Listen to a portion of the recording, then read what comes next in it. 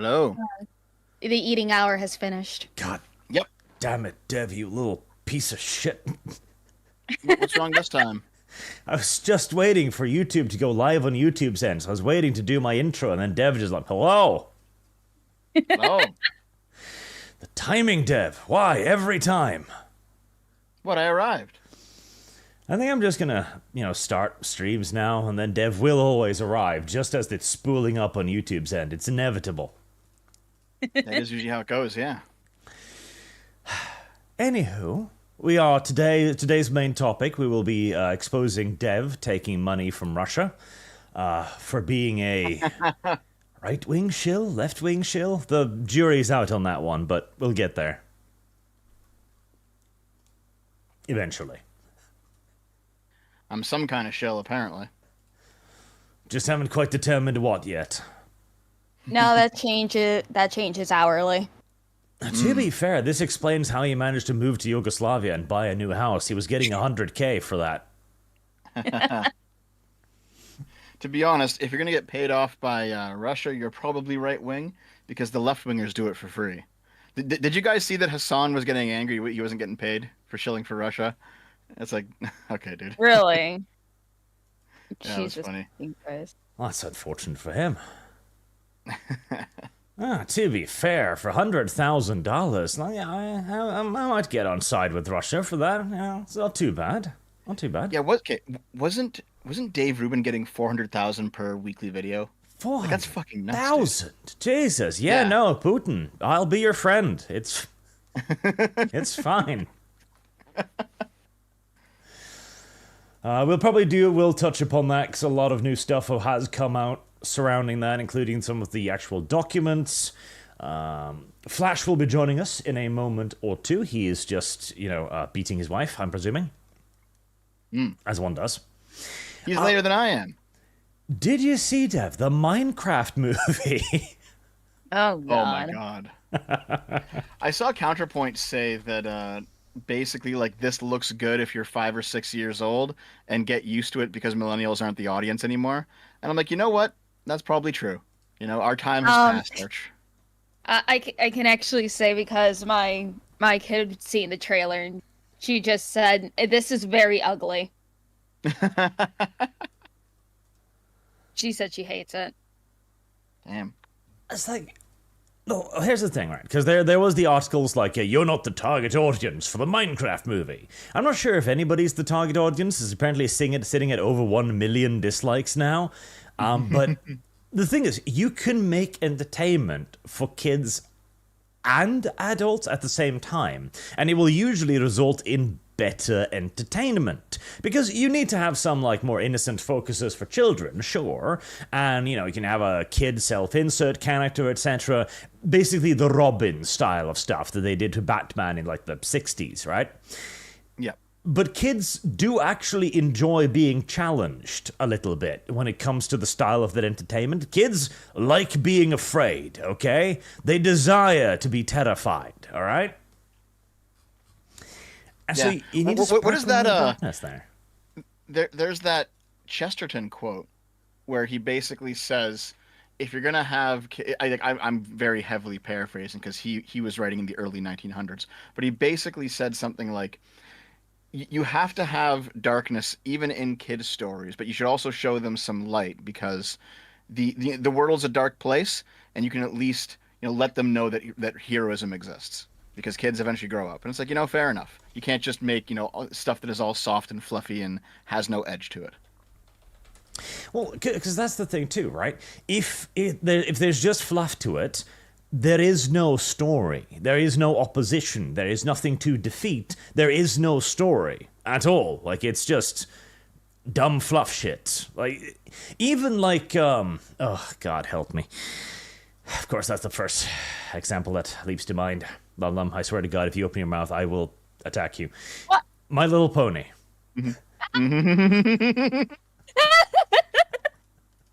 You know what? That's fair. It's like between My Little Pony and Care Bears, they both actually touch a lot of subjects. Yeah, even Care Bear has a villain. Yeah.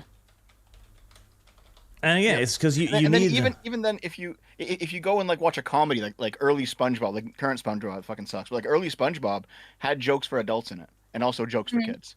And like the adults didn't get bored watching it, and the kids understood there was something there that was just beyond their grasp, and they get it when they're a little bit older. But like it was a fun time, you know. yes, because again, you need opposition. You need something for the heroes to struggle against, because otherwise they're not heroes. Otherwise they're just dudes, I guess. Yep. And I'm presuming that's kind of what they're doing here, because the little trailer blurb thingy says that the Ender Dragon is set on a path of destruction, and only our them heroes can save us. As they got Jason fucking Momoa to play some pink shirt wearing weirdo. Like, really? Really? Jason Momoa? Really? Why? That's pretty funny, actually. I don't know about that, Dev. I don't know about What that does at he all, look like? Dev. What does he Oh look my! like? Let's He see. didn't see. It's like, okay, remember the game shop dude where he's just like, it's ma'am or whatever. Yeah, man. Oh, okay, That I was see the him first now. thing Oh that my came to god, mind. Yep. Yeah, dude, did he gain weight for this role? It seems I like wouldn't it. doubt it. Or Yeah, maybe I'll put they're it just in the, like I'll put it in live links. The picture that I found. Like, look at this guy. maybe they're just shooting him at a really unflattering angle, or they had him wear like fluffy clothes or something, I guess, but he doesn't look good. He doesn't Man. look great. And then there's Jack Black, who is in every one of these unfunny movies now. And hey, okay, the first time Jack Black was in something and he was simply Jack Black, I was like, okay, that's kind of cool. That's kind of funny, right? But now he's been in dozens of these movies and he's still just Jack Black. And like, I don't care anymore. I don't like him.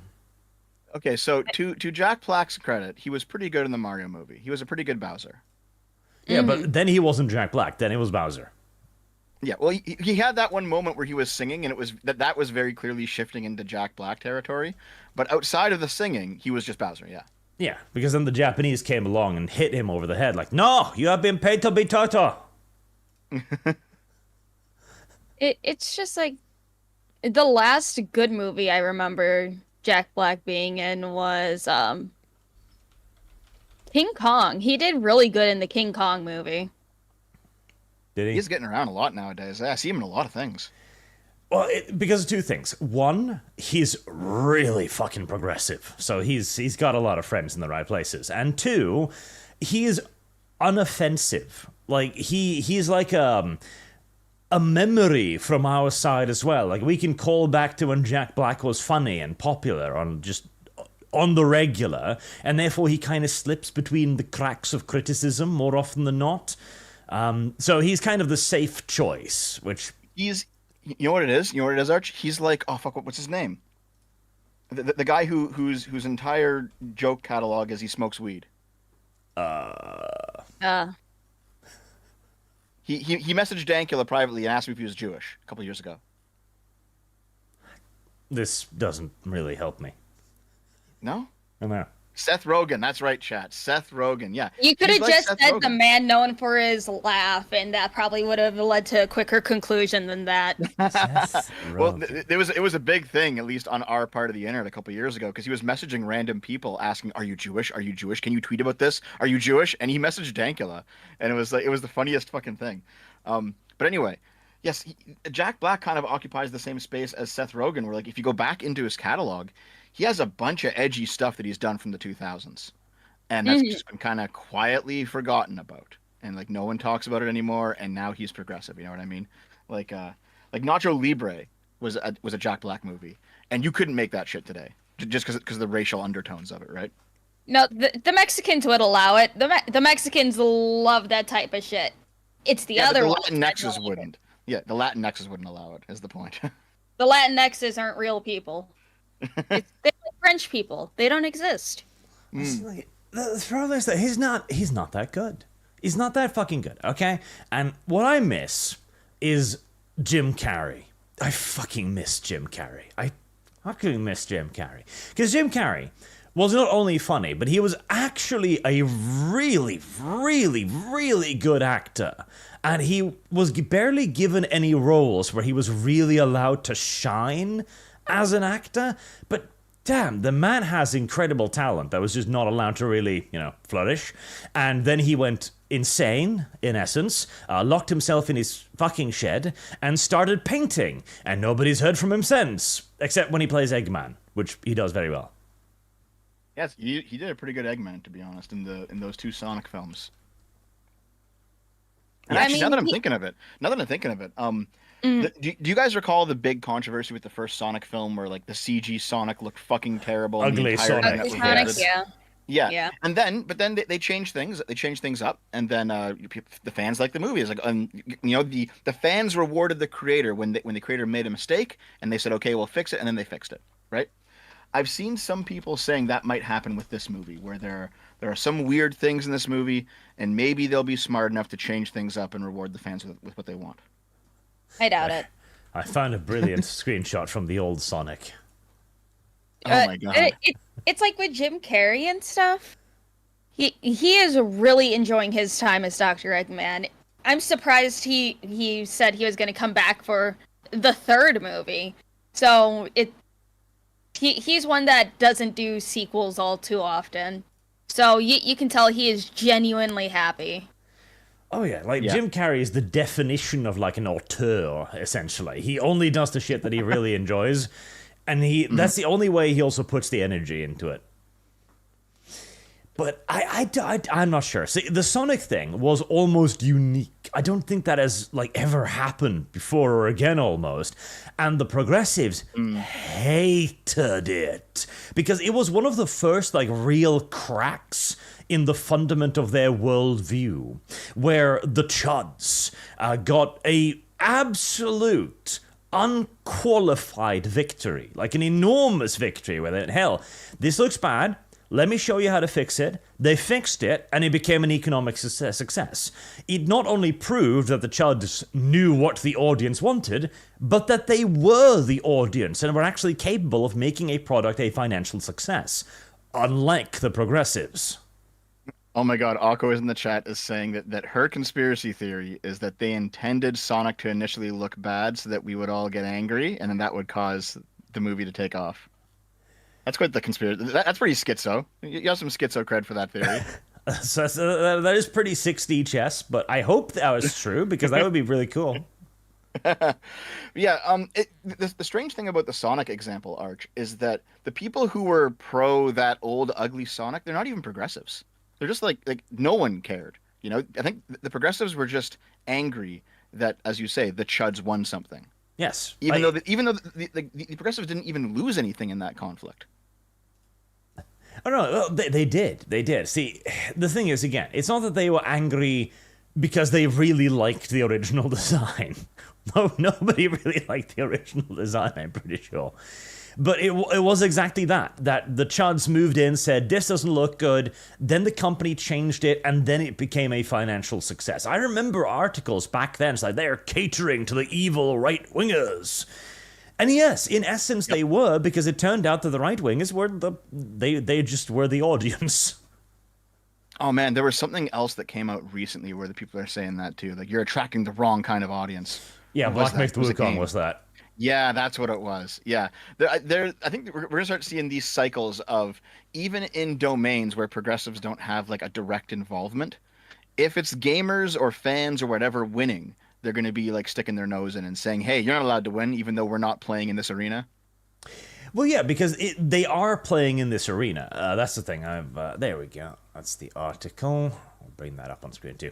Because they are fighting in this arena, right? Because this is about culture, is what this is about. This isn't about one game or two games or even a genre.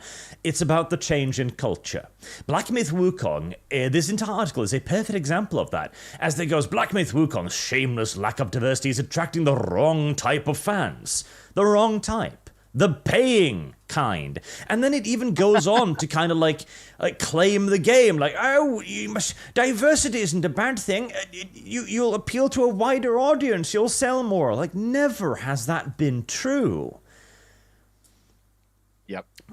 I think Sutter and Craig's done some stuff on the whole, the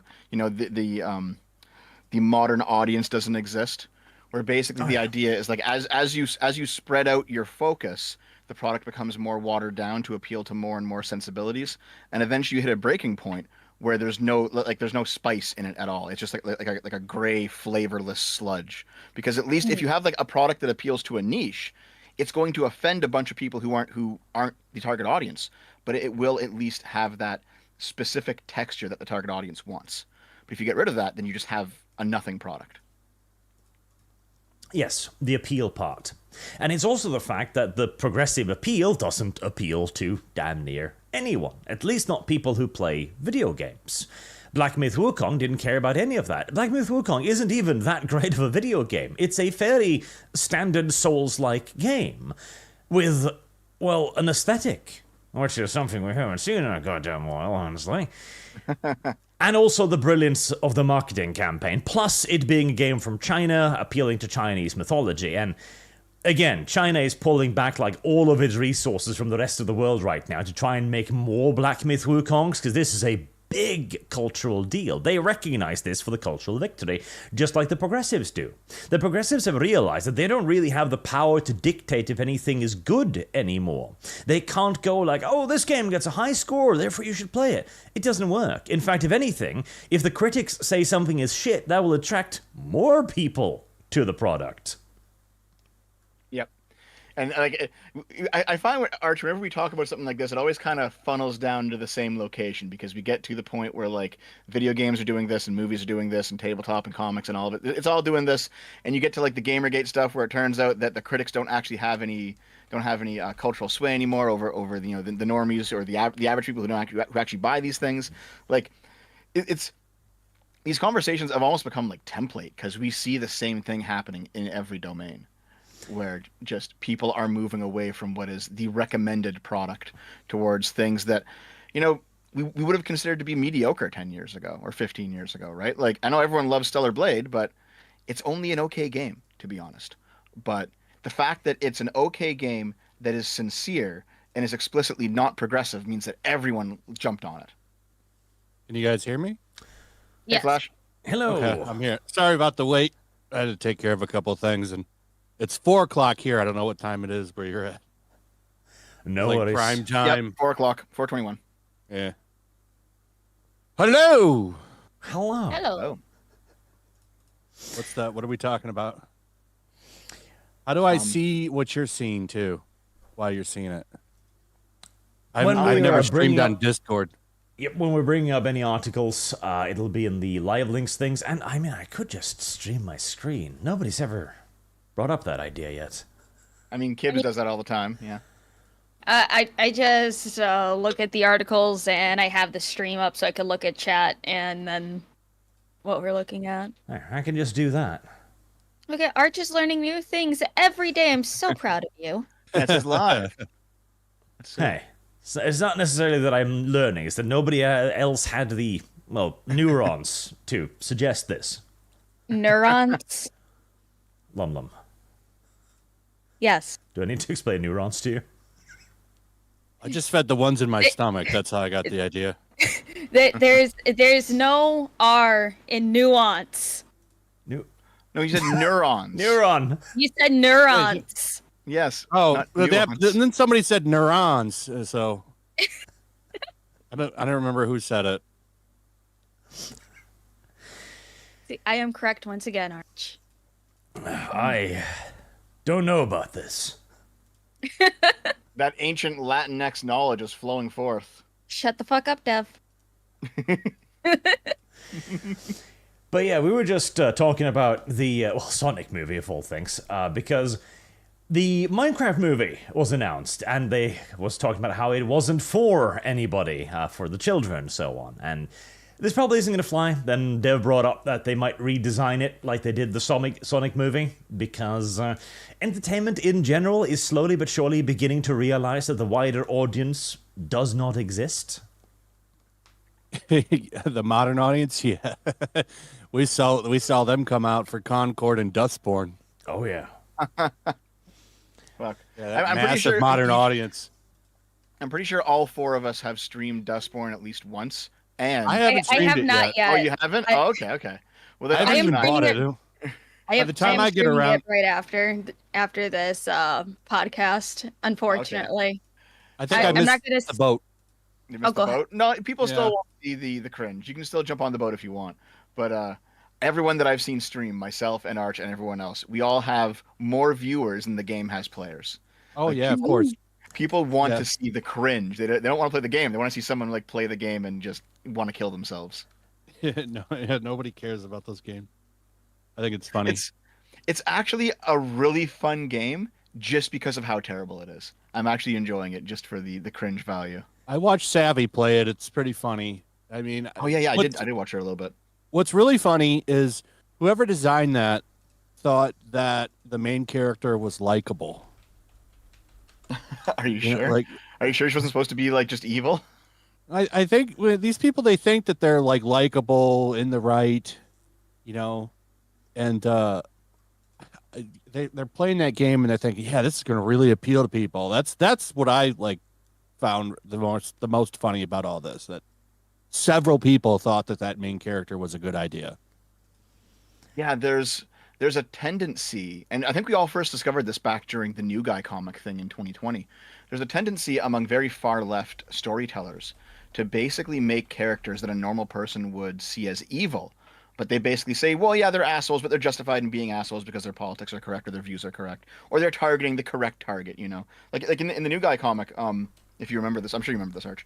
The the little midget progressive girl was basically like, man, it's hilarious that PewDiePie got robbed. It's so good that he got robbed, and the robbers are based. And the New Guy's like, well, that's no good. Like, you shouldn't want people to get robbed. Like, New Guy was so wholesome, but the comic presented him as the villain.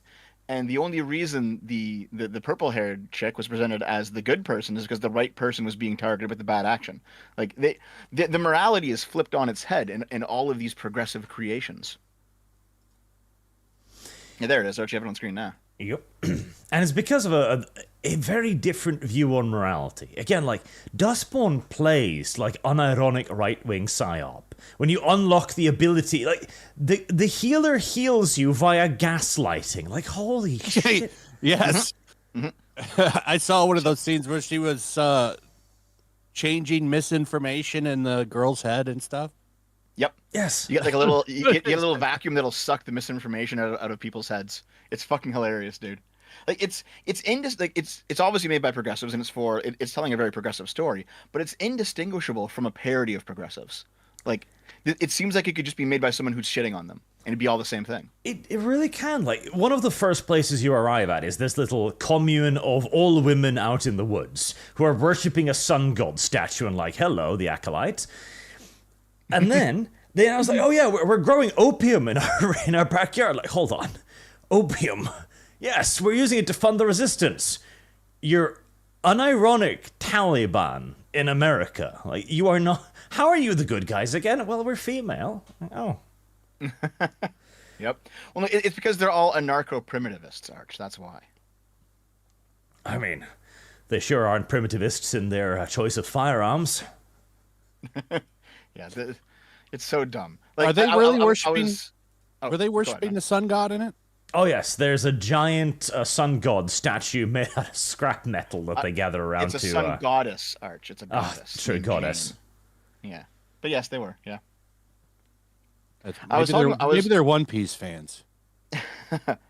I recall talking with Mahler about it, and I was like, because he was playing the new Star Wars game the same time as I was playing Dustborn, and I was like, listen, the Star Wars game it has a bunch of woke shit in it, and the ugly girl got it, man jaw. Okay, I understand it, but like if you take away the woke stuff, the game is still just kind of boring. Like it's still bad. The gunplay isn't very fun, and the shooting's not very good, and the open world kind of sucks.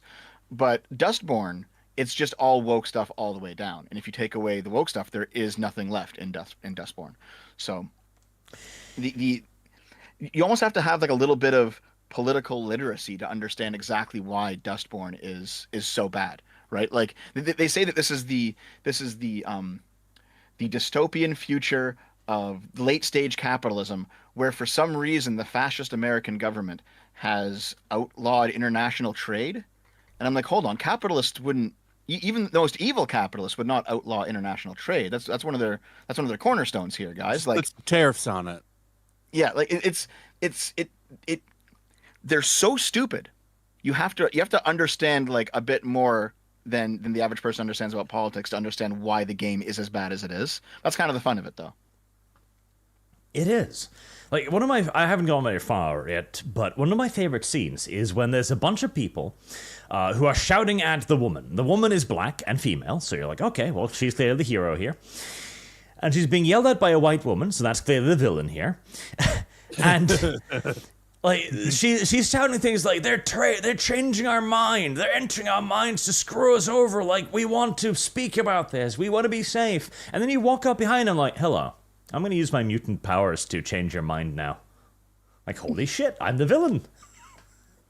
And they just let you do it, yeah. Yes. It's pretty funny, yeah. And the game cheers you on for it. Like, yeah, you mind raped this chick and she might be damaged for life, but, you know, you did what you had to do. Well, here's the thing, Archie. You have to understand that they're all being discriminated against for being mutants, and also your mutant power is allowed to give them the proper politics. So, it's all good. Yep. It literally is like, when I do it, it's okay. Yep. Anywho, No wrong. what we were actually going to talk about a little bit today as well, before we got completely sidetracked, was creating stuff. Because Yellow Flash is about to release a comic, aren't you? Yes. Pretty soon, actually. The Mighty cool. Golden Patriot. That's right. Find a nice little picture of it here. There we go. Ooh, that looks cool. There we are. So, how long have you been working on this? About a year, a little bit over a year. Took a little while to come up with the idea itself. So I wanted to do something fun. And I read a lot of comics, so what I wanted to do was make something fun that I would want to read, especially when it comes to like the Sentai genre, which, you know, when you look at stuff, you look at for holes in the market, and there's a massive hole, at least over here in the West, for characters like this. There's nothing, even like Hasbro, they're not even doing anything with it anymore, and they own the license. Yeah, because I was going to ask you about that, because there's very clearly some like Sentai and Power Rangers inspiration here, isn't there? Oh, yeah, yeah. Spandex and a helmet. Definitely a genre that I like. I mean, it's really popular over in Japan. There's people that do it like, you know, when you have the people outside of shops to get them to entice them to go in, there'll be people out there dancing with signs and spandex and helmets like their own Sentai designs. It's wild how popular it is over there. But there's not much going on over here with it. So I thought it would be fun to make a character like that, inspired by it, and do something with like my favorite era of comics, which would be like Golden Age war comics. I love that old World War II propaganda comic book. Like, that's what a lot of them were.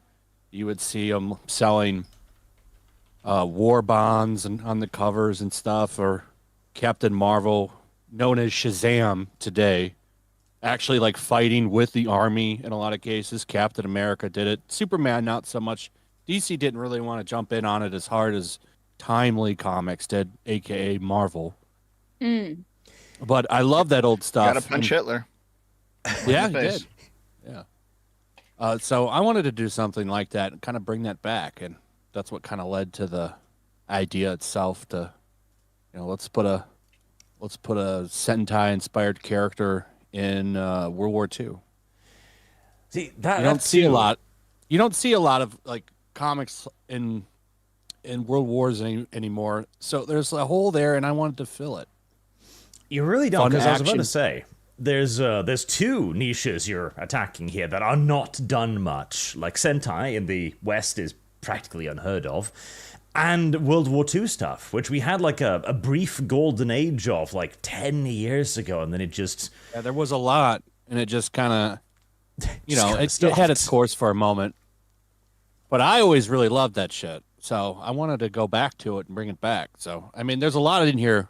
There's a lot of stuff that I like in here. I have, like, if you're a fan of manga in general, I mean, it's not a manga style so much. It's a Western book, but the action in the book is definitely manga inspired. Because that's one thing that manga has over a lot of stuff over here. Like they really pay attention to the action, especially if it's like a shonen book. And I wanted to get that right. Like that was kind of the main focus, was making sure that we have a good action book. But the front to back, it's hardcore action all the way through. Really cool. There's definitely a hole in the market there, I think, because there's just not a lot of this anymore. Like, hell, even the comic book industry in general, beyond the big two, Marvel and DC, you do have a burgeoning group of, like, independent comic creators now that are starting to get a little bit of recognition. But it is still a very difficult market to get into, and there's just not a lot of market infrastructure either, because we're not like Japan, who have the, like, Shonen Jump and stuff, like easy access to the kind of comic industry and a way to get new creators out there. Well, they do have the Shonen Jump app here, which I think it's still, I just am on auto pay with it, but it was $2 when I got it. You literally get everything they've ever made. It's the best deal in comics over here. $2 and you get everything Shonen Jump's ever published.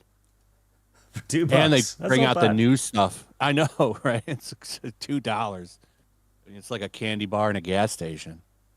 And you get not just their old stuff, but like new stuff as it comes out. You'll get it like the next day. So like the new One Piece comes out on, I think, Sunday here. It dropped in Japan, I think, today or yesterday. So when you get it pretty quickly, you just have to translate it. A translation thing. Hey, at least the Japanese have started to actually do that. There wasn't that many years ago before they viewed the Western market as just hopeless, and they refused to do anything for us. Yeah, no, you're not wrong. It takes so long to get stuff. I remember waiting for Final Fantasy VII like a whole year looking at screenshots of that game. Do you remember that? Oh yeah. Yeah. And I mean, that was even when they bothered to translate something. Like, one of my first encounters with, like, Japanese entertainment was visual novels.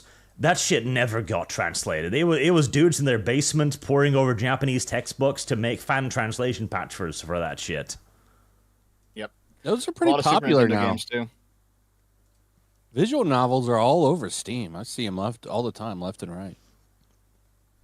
They've kind of Yeah, picked but up. a lot of those visual novels are absolute fucking slop, though. Actually, that was a controversy recently because in the most recent Japanese Nintendo Direct, they announced a remake of one of the most famous visual novels of all time for the Switch. And then in the English version, instead of that, they had like a joke progressive visual novel. And everyone's just like, what the fuck, man? Of course.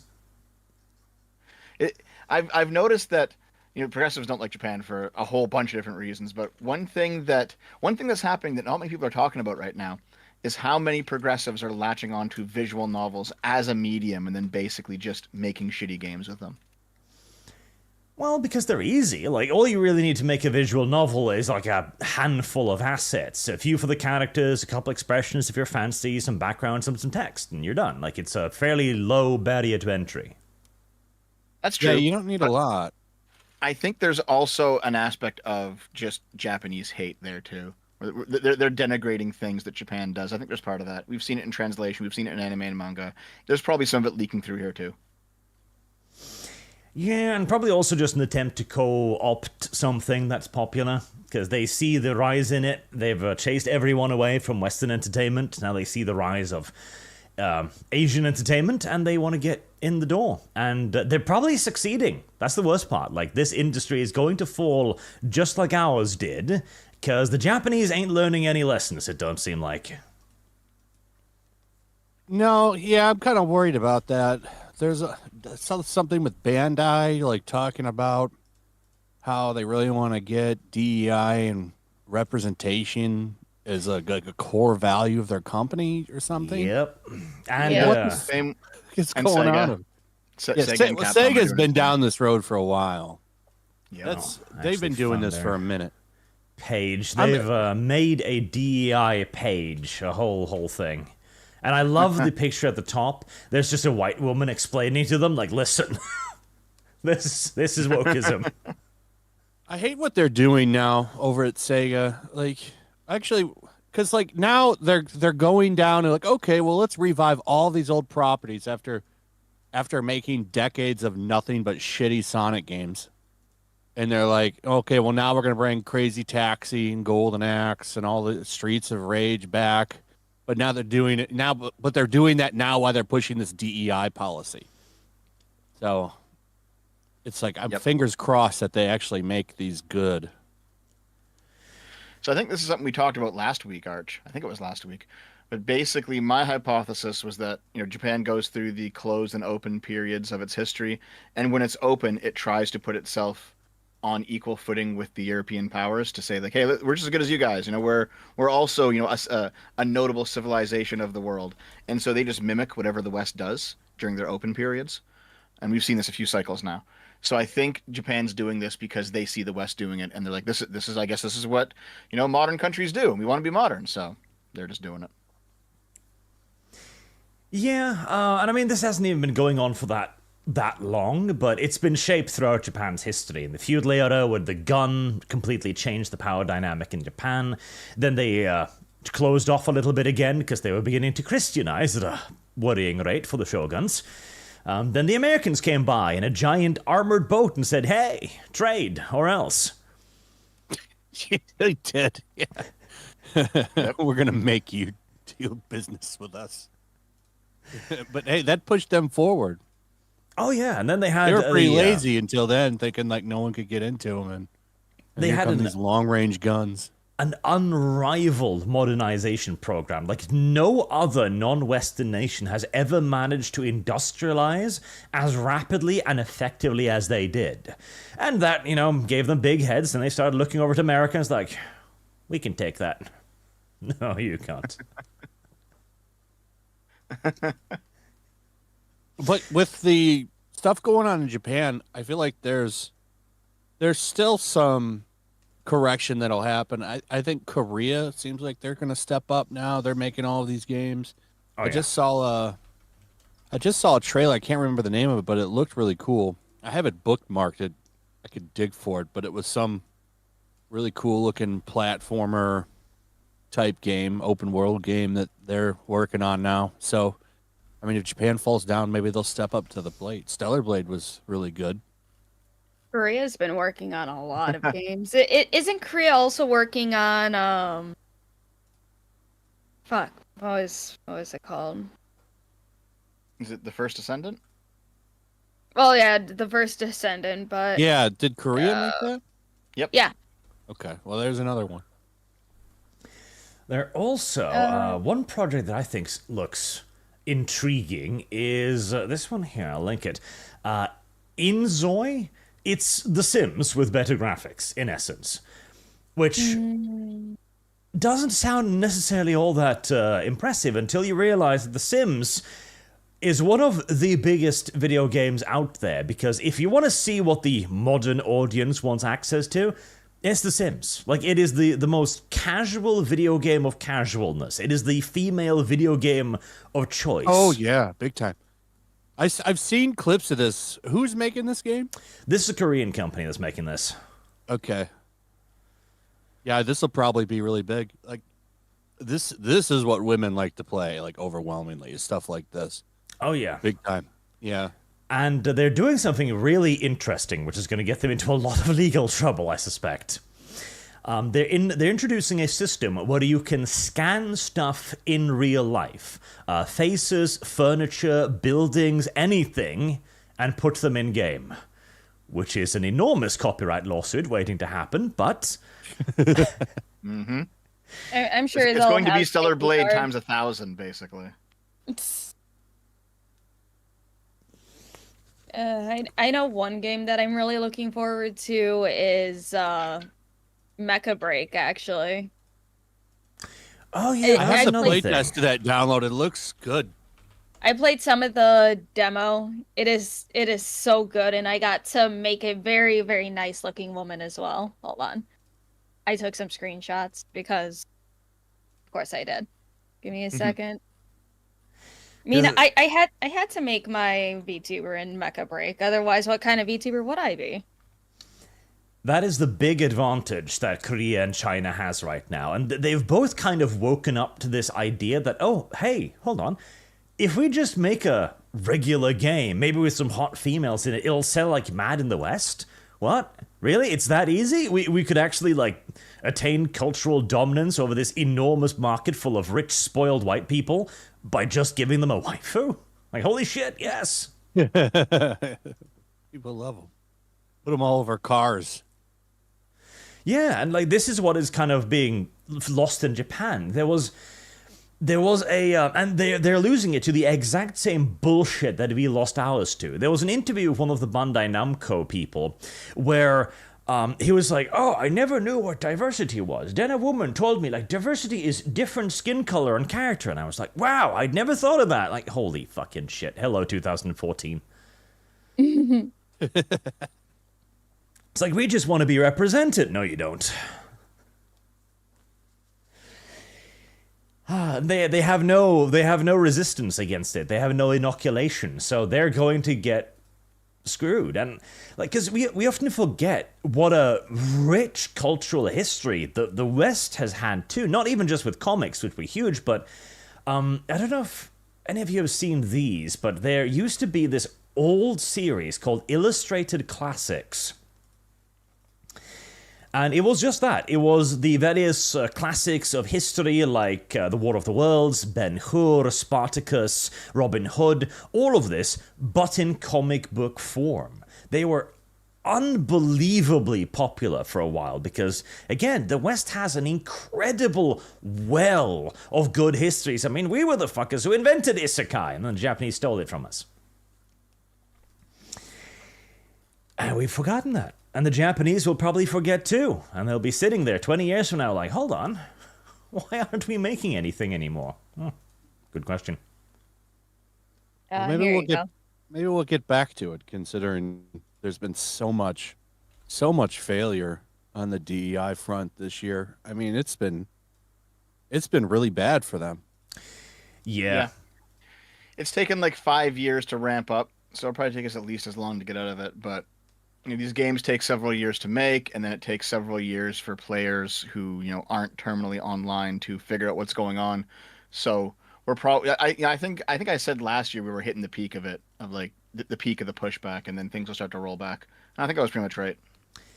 Yep. 2024 has been like the peaking of the wave, the crests, and now we need to build our way up the other side, because this has been a disastrous year for them.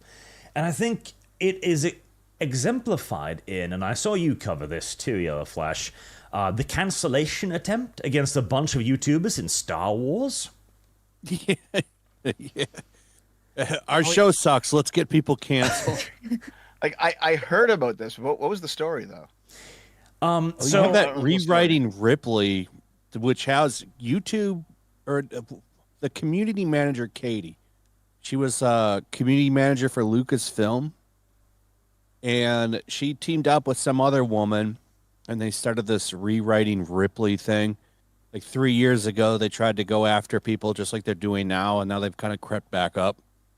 But you could, it would be an easy assumption to assume that there might be some connections to Lucasfilm here, considering she had one, and then a lot of the people that organized with them, like Star Wars Explained, particularly Molly, who's half the person, like it's her and her husband.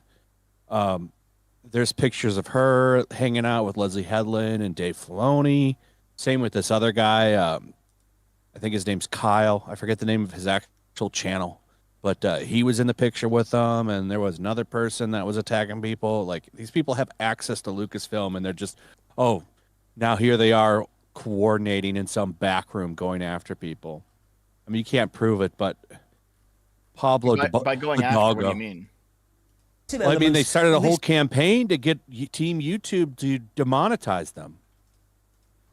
Demonetize too. I've only heard part of the story. I don't know what's going on.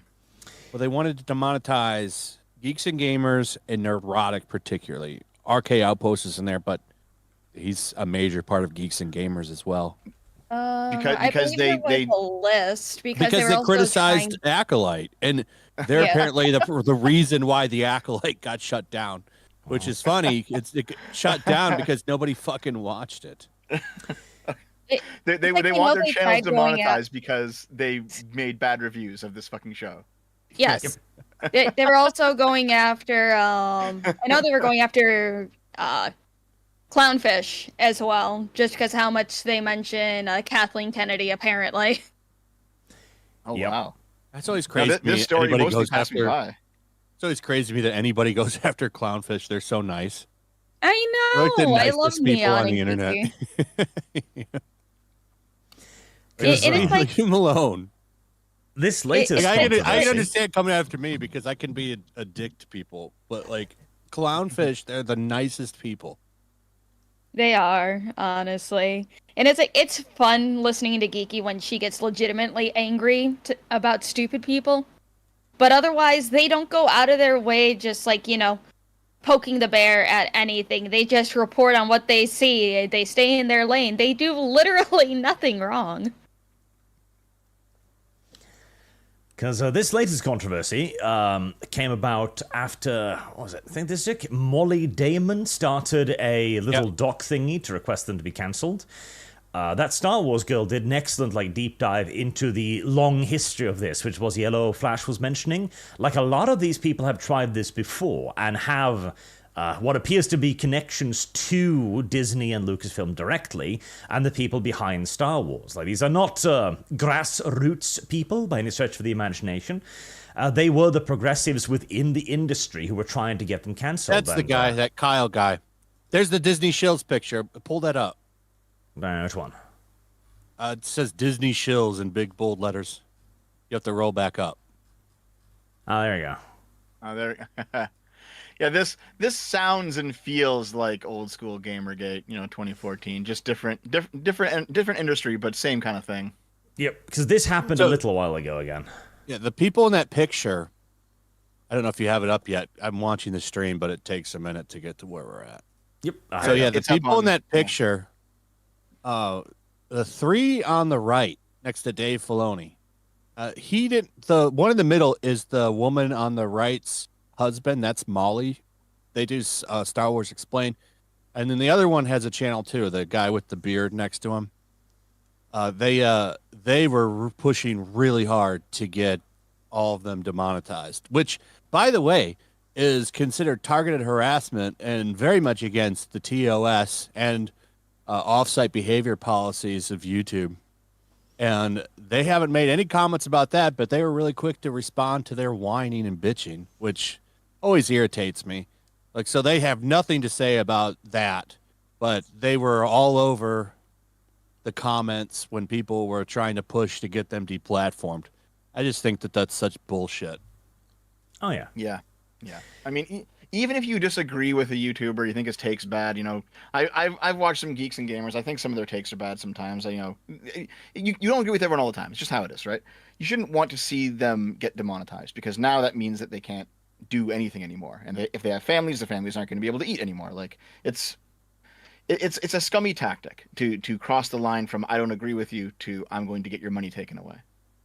Mm-hmm.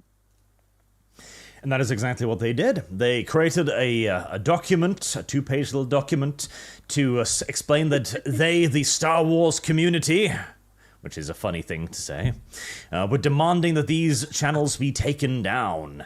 And YouTube, as you mentioned, responded very quickly. How Very they were quickly. They were worried about this too. Like, you gotta report the video so we can check. But that was then knocked down completely as YouTube responded, and then responded to the request for a feedback clarification. And YouTube was like, yeah, no, this is not in violation of anything. Yeah, go away. I find it like in there, like they're mad that Gary probably said it. That he called Amandla Steinberg an adult pretender, which she is. She's a fucking actor, and that's what they are. They're pretenders. Well, they were that. That's some kind of like a racist thing to say. I mean, well, to YouTube's credit, they did look over the content and say it doesn't violate the policies. So, I mean, there you go. Of course it doesn't. Well, there's the thing, though, because 10 years ago, it would have violated their standards. Because their standards are so? whatever the hell they say they are. Yeah, it changes at a whim. Yep, because the thing is here, I view this not as a, like, oh, they found nothing wrong. Like, YouTube will find something wrong. YouTube will absolutely find something wrong if YouTube goddamn wants to. But instead, yes. this is an indication that this was the progressives going like, okay, this is our final weapon. We have lost the cultural battle. We don't have the influence. We can't make the Acolyte a success. We don't have as many views as these other channels. We aren't as popular. We are losing. What is our final weapon? The institution. We're going to go to YouTube and ask them to demonetize those who are out-competing us. And 10 years ago, that would have worked. The vague accusations of racism and hate crimes would have been enough. But again, like you said, Dev, we have crested the wave now. This isn't enough anymore. Because I guarantee you as well, YouTube can crunch the math on this and go, who's earning us the most money? Rewriting Ripley Pod here or Nerdrotic? Rewriting Ripley, I don't know if it's changed. They don't even have 1,000 followers on Twitter. 2,154. Oh, they do? Okay. Well, they went up a little bit. So this sort of thing seems to happen everywhere, right? Like when the Sweet Baby Ink stuff was going down, people wanted to see channels get demonetized and accounts get taken away. Right now, it's a lot smaller scale, but right now in the Final Fantasy community, there's people saying that like Final Fantasy is about fighting fascism, and you can't like Final Fantasy unless you're anti-Donald, unless you're anti-Donald Trump. And they want to get like Final Fantasy channels taken down, and like it's all ridiculous, right? And Gamergate had this. They always tend to lean on the lever of we will just ban you from everywhere we can if you don't agree with us. Mm-hmm. And because this seems to be just their go-to, no matter what topic we're talking about, they seem to really like to do that. Oh yeah, and this used to work. Like this actually did used to work, and still does to some extent. We'll probably get into this a little bit later, but the whole Tim Pool thing with Lauren Chen, she had her channel removed instantly. Like, okay, did you go through the process there? Like, because as far as I'm aware, these are allegations at the moment. So I think Lauren Chen deleted her channel. You think? I think she actually did it on her end. Yeah. Is this a Deviant hunch? When you go to her, what does it say when you go to her channel? Because there'll be two different things.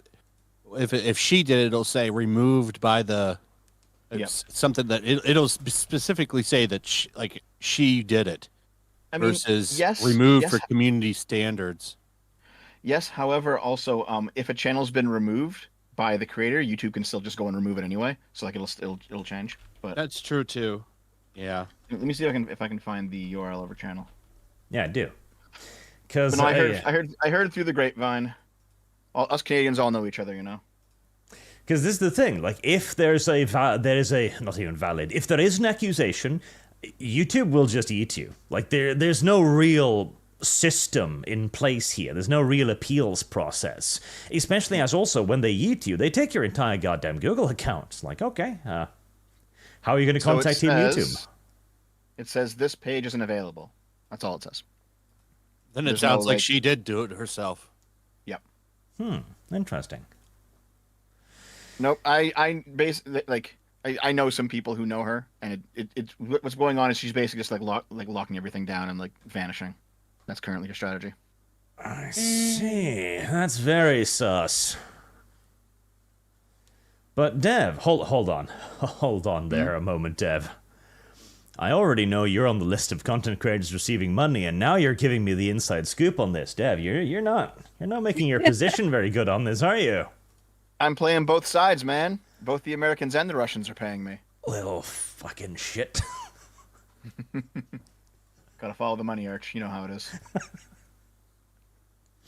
Well, at least you're being successful in that regard, I guess. Maybe she'll go back to being roaming millennial.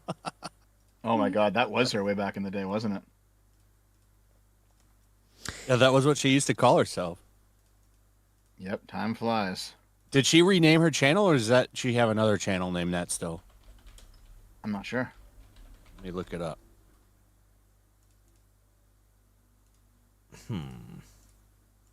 Oh, speaking of as well, Yellow Flash, do you have any like sales links or something to your comic that I could put up?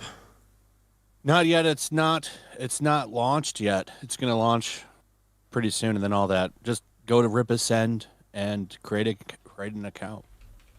That's the best way you can do it to be prepared. and then there'll be emails. There's already been emails going out. Okay, so you're collaborating with the Rippaverse people for this. Well, he's just publishing it. Okay. See, I know nothing Me about and Dillard, this beyond I me and keep Dillard saying own it. They're just publishing it. I keep So seeing he's this via printing it and shipping it, Okay. and he's gonna host it on his website. This is one of those comic things that I keep seeing popping up on Twitter with people yelling at each other, and I don't understand why we can't all be friends. Yeah, I just ignore it. Just ignore it. But I mean, if you're an independent creator and you don't want to deal with printing and shipping, which is a lot of work and very expensive, you can have somebody publish it, which is what we're doing, and it's a weight off your back. Oh, yeah. Because, I mean, you're already engaged in the actual creation process, which isn't easy either. Like, you've got to write it, obviously. You've got to get the art made. You've got to get it all laid out. And then having it printed, you've got to contact a company, unless you've got a printer in your backyard, I guess. Then you've got to get all of it delivered. Then you've got to get all of it packaged yourself, all of it sent out yourself. Yeah, there's definitely a good reason to simply get somebody else to do it for you. Yeah, it's the way to go. I think I don't have a lot of time. It's a lot of work. It's a lot of work. I mean, this is what I keep telling people too, who are wondering, like, how do I start creating stuff? Well, one, have a lot of time, and then get used to not having a lot of time. Man, how do I do that if I don't have a lot of time? Well, in Don't your sleep. case, Lum, it's very simple. You just need to get a steady revenue stream, which you can achieve by... No. No. I am not OnlyFans. selling feet pictures. No. I've Make already him flipper said this. pictures. I already said I will take pictures of the fish that I catch when I go fishing. That's it. She remains resistant, chat, but don't worry. I hear she's cracking. Oh, fucking God. Not to mention, okay, we now have also, we have an update to this, right? Because Lum is like, I won't sell my chastity or whatever. Well, I've got good news for you. According to OnlyFans women, you can be a virgin whilst having sex with men, so long as it's for profit. Oh, okay. Yeah, that's a new one. Yeah. That's a new goalpost. So, there you go, Lum. You can sell the feet pics and still be a pretty little maiden, okay? Is this real? Yes, Let this me is hear actually real. I can't. Hold on. I gotta turn the sound on.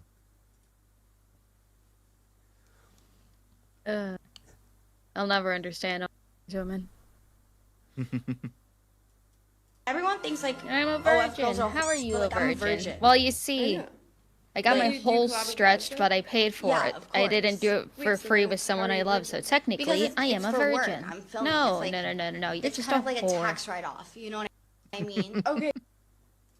It's a tax write-off. It's a dick write-off, in this case. For Lum, it would be feet write-off. You just gotta send that into the government, and they'll understand. I guess she's doing the whole gay for pay logic that gay porn actors do, where they're not actually gay because they don't like men, but they'll fuck men for money because it's money. That's crazy. So she's it's a tax write-off. It's not real sex. Yes. So she's banging these dudes, and then she's like, "Oh no, we gotta wait till we get married." And there's probably some simp out there that'll take the arrangement too. Probably. Like, it's... Like, I wonder if... I wonder how, like, okay. Is this... do you think this is just cope? Like, she's built a mental barrier for herself? Like okay, being a virgin has value. I still have value. I'm not actually just some whore. Like, it's just a means of self-protecting her ego.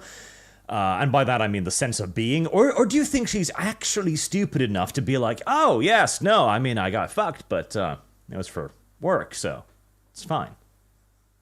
She's just doing some crazy juggling, trying to justify that she's still a virgin because, I mean, especially for like high value men, that's a value that they look for in a woman. Or at the very least, One that's not a whore. Yeah, like at the very least, not having your sex tape out there, or hey, look, you know what? This is one step beyond. This isn't having a sex tape. This is actively producing sex tapes for the consumption of others. So if she's like very, very, very far left, there is some wacky communist logic that'll basically make this true, but no one's gonna believe it. Oh, okay. Left wing dev, give us your Left wisdom. wing dev. So most people will say that like if you were raped for your first time, that doesn't really count, right? And because it was against your will, you didn't consent. I understand that point of view. I'm not sure if I believe it, but I understand the point of view. It's a little different than fucking dudes for money That's true. on But camera. a communist will say that all work is inherently exploitative due to the power imbalance between workers and bosses. So anything that you do for money is always going to be against your consent. Because if you don't do it, you will starve. That's the communist logic. So this person can say, "Oh yeah, I'm getting paid, but I'm not consenting to any of this. I can't consent because the It's power like those. imbalance is in there." There was some sex worker I saw a week ago. He's like, I loved when I was a sex worker. I loved going on these vacations, but I always dreaded knowing that I was gonna have to like let somebody use my body at the end, taking like these women to these extravagant vacations and stuff. These escorts. Yes. It's like, damn, if only he didn't want sex. Implying that it was kind of remember rape. that.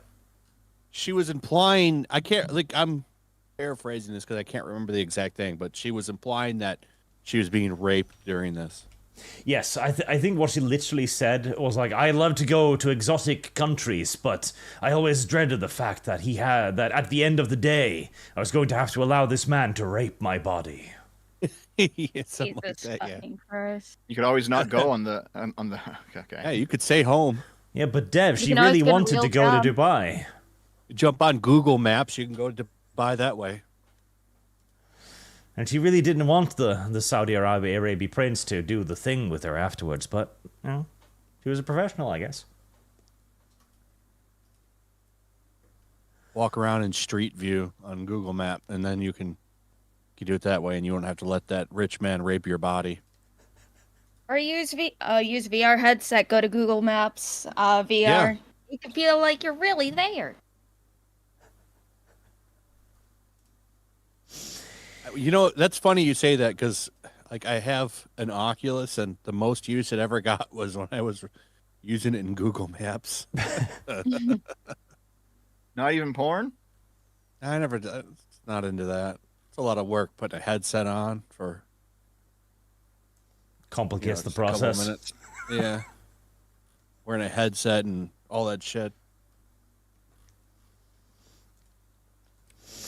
Alright, let me do a couple of super chats, and we can go on to, I guess, the big topic of the day, too. I mean, we already talked to Dev, like, all stream. Ha ha ha ha. Hey, listen, I am 25 pounds down, thanks very much. I'm gonna make it. Congratulations. Dev's like, I've lost 25 pounds. Oh, good, Dev. How many did you gain? 122. I'd say I have about maybe 60 to 70 more to go before I'm gonna be comfortable. But I'm getting there. Before I'll be comfortable. Like, Dev's not aiming at slimming down. He's far beyond that. He's just aiming at comfort now. And Boog, of course, sneaks in at the very beginning to ask the classic Boogian question. Flash, who is best pony? Who is best pony? This is our resident brony, Boog. He likes My Little Pony a lot. Oh, I don't think I've ever watched My Little Pony. In that case, I would suggest Derpy as best pony, because Derpy is, derpy. Let's go with that one. Zonta, Sargon's Twitter meltdown over Tenet media exposure makes me fear he may have taken money he really shouldn't have touched. DOJ posted the receipts.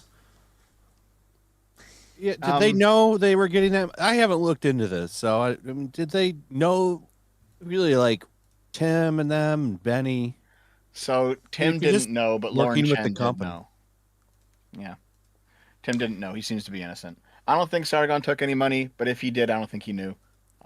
It does seem to be the case, though, that Lauren Chen knew, which is why she's scrubbing everything. I can send you the interview that Ben Shapiro did with Tim Pool. They sat down and talked for like 20 minutes or some shit. About this? Minutes. About them getting paid by Russia thing? Yeah. Mm. Don't worry Yeah, about they it. I'll probably do just my gave him money and he uneducated was opinion. like, cool. You know, I think that was happened. So this will jump the gun, but Zontar has forced my hand now, and I will remember this.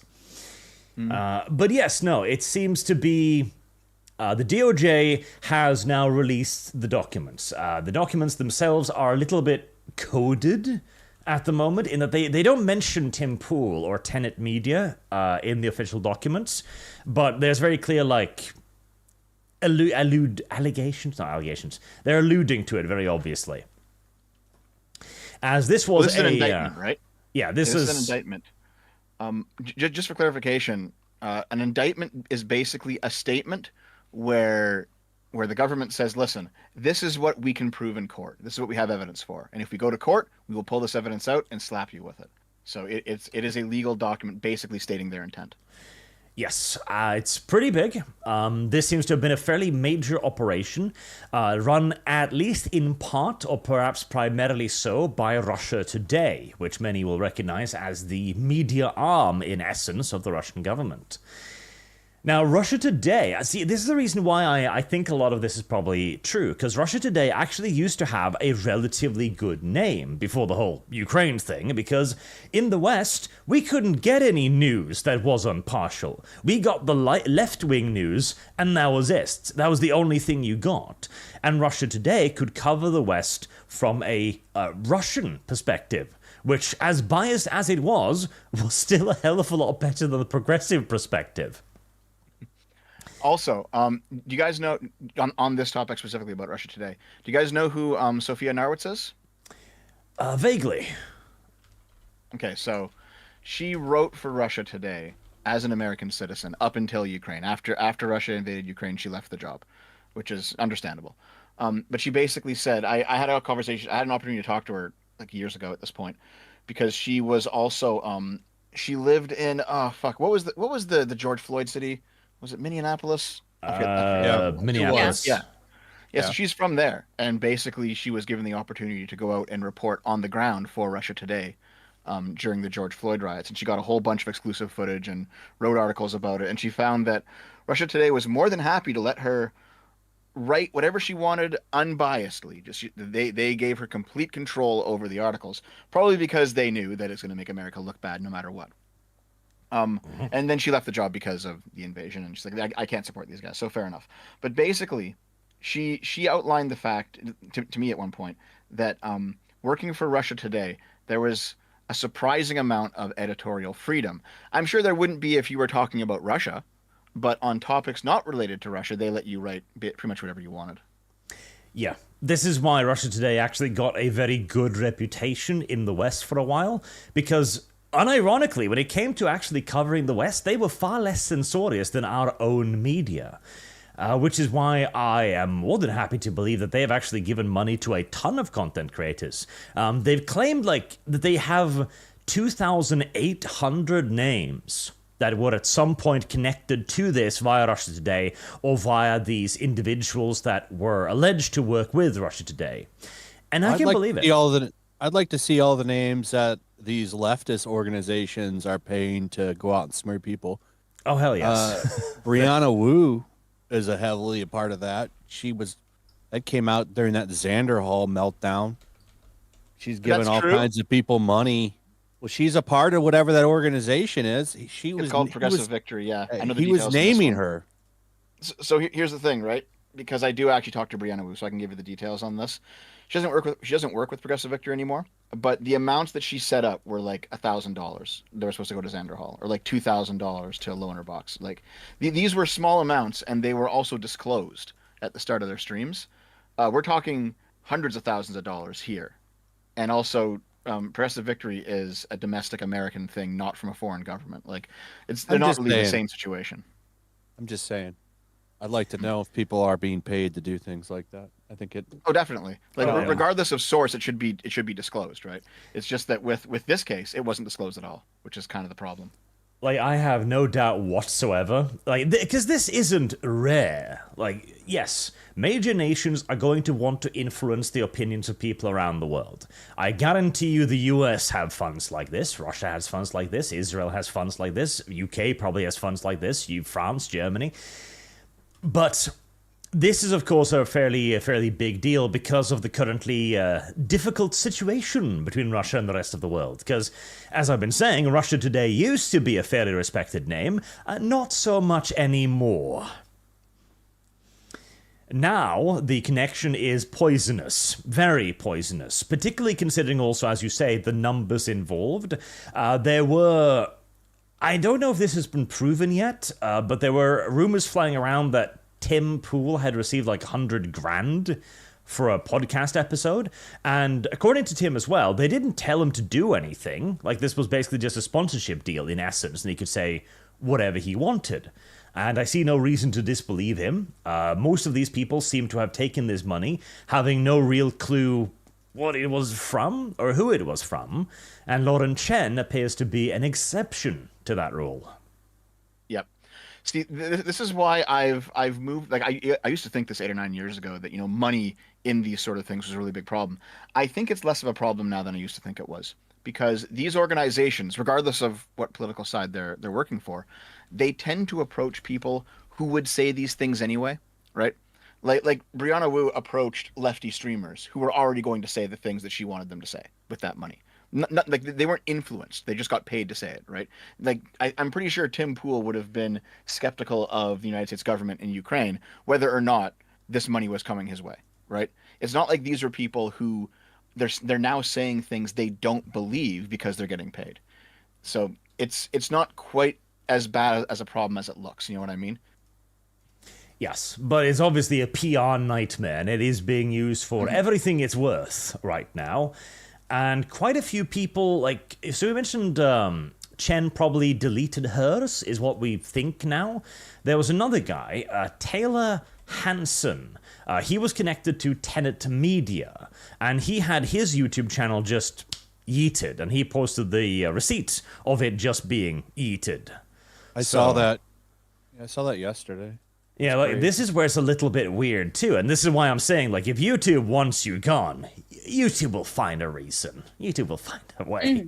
Yeah, I mean, they're supposed to give you the 3 strikes and then say, okay, well, it was this video with this problem and this video with this problem. But they're in a situation like this, they're just going to fucking ban you and not tell you why. Yep.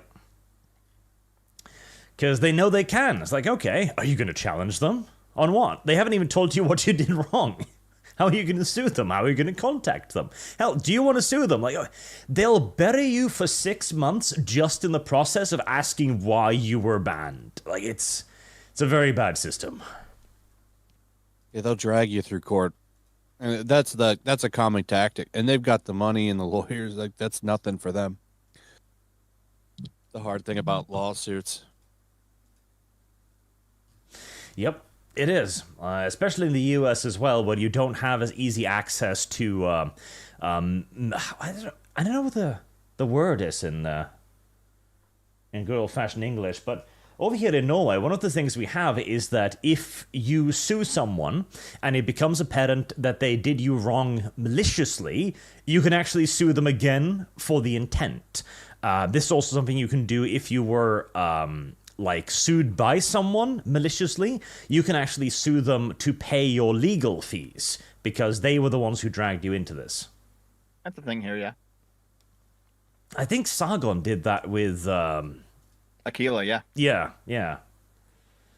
But again, like, okay, that's another 2 years in court. Like, suing YouTube that's a 5-year dedication of your time and economic resources right there. Mm-hmm. He got his money, though. Took him a while, but he did it. He did. So, yeah, what I understand about this story, basically, is that you had some Russian op going through, funding money through Tenet Media, or is it Tenet, whatever it was, whatever the company was called. And then you had people who were these right-leaning political YouTubers getting paid by Tenet Media to do shows in association with their company. Most of them didn't know it was Russian money. but Lauren Chen seems to have known, and she seems to have been the one recruiting them into it. So for like there was that really big tweet that Tim Pool put out where he said, "I had no idea Putin can suck my balls, et cetera, et cetera," to show that like he did not care about this. You know what I mean? Yep. I think he ended up deleting it actually. I think he deleted that tweet, but it was funny anyway to see. Oh no, he didn't delete it. He amended it. I'll link it here in the live links. Okay. Because he wasn't aware that it was actually a DOJ like indictment that was official, etc. So he mentions at the bottom there, corrected because I didn't know this was an official DOJ release. Oh, okay. Right. So yeah, he seems to be going out hard, and that's the thing too. Whenever somebody goes out hard against these allegations, that's usually the person I trust, because that means they probably have some ammunition on their side. Yeah, it seems to be the case that Tim Pool's probably like a victim in all this. He was told this money was coming from one source, like probably some sort of like venture capital source that was like right leaning, so they were funding Tenet Media. Turns out it was coming from Russia. Oh shit, I didn't know. That's the most likely scenario here, is that most of these people probably just didn't know. Yes. But this is now going to become a fairly big case, as I talked to you in private about this, Dev. This is going to be used for everything it's worth, and here we go. U.S. accuses Russia of sprawling election interference campaign. Yay, it's 2020 again. Yay! I'm so fucking tired of hearing about 2016. Oh yeah, because this is the thing now. Now the entirety of the right wing is Russian psyops to get Trump into power. Even though Putin endorsed Kamala Harris the other day, but details. And also in relation to Tim Pool, apparently he was contacted by the FBI for being a victim in whatever crime that was committed. So there's that. He hasn't talked about it too much because he's still talking with lawyers and everything. But I'm sure we'll hear a lot more once he gets the go-ahead to talk about it. Yeah, I mean, Tim Pool's a big boy. He's got the resources to make sure this is done correctly. I don't think he knew anything. I think he don't just think knew so he was either. getting a fat check. Yeah. Just for putting content on that channel, which, I mean, can you blame him? I mean, I'm sure it was a nice check. Oh yeah. Yeah, and it like he didn't even have an exclusivity agreement. It was non-exclusive. It was just a post on their website. That was it.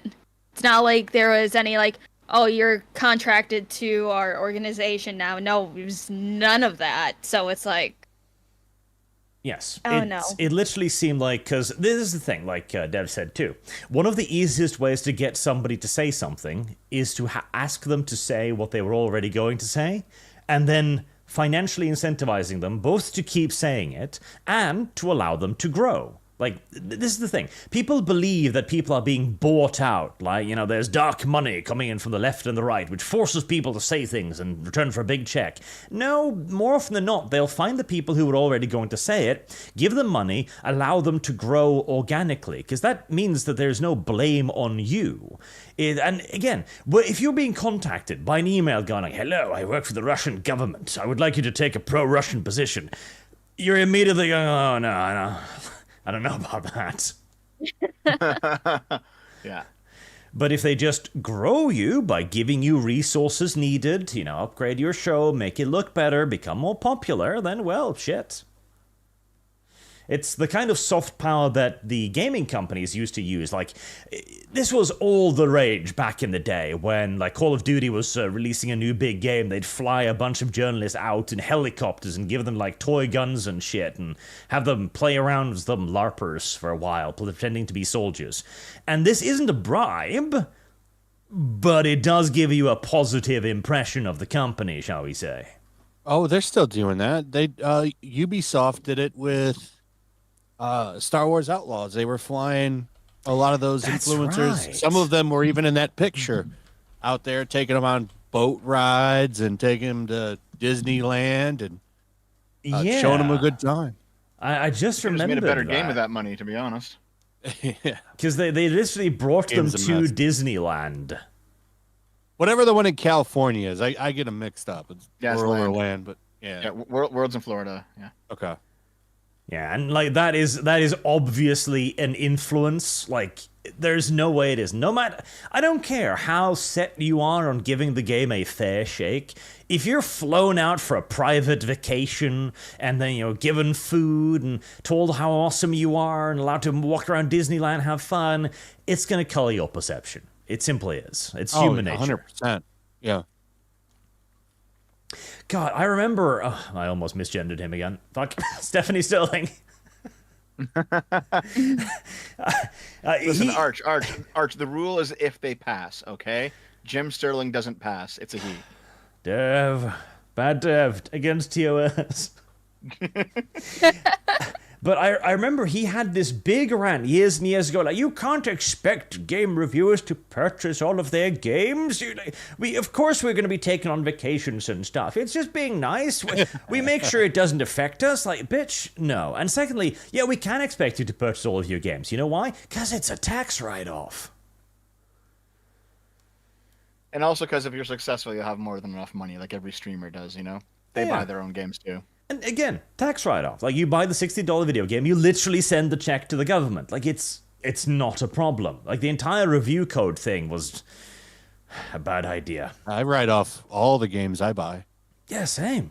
Go right in the tax file. Yeah, of course, because it is... Same with comic books and streaming services, everything. Because I'm an entertainment-focused... Yeah, it is a legitimate business expense, so use it. I even wrote off the arcade 1-up I bought.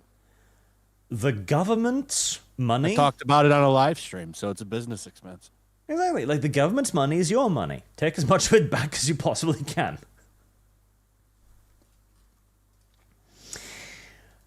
It was better back in the day when everybody just got a review key equally. That worked, but then very quickly the companies realized that if they give it to certain people, they might get better reviews.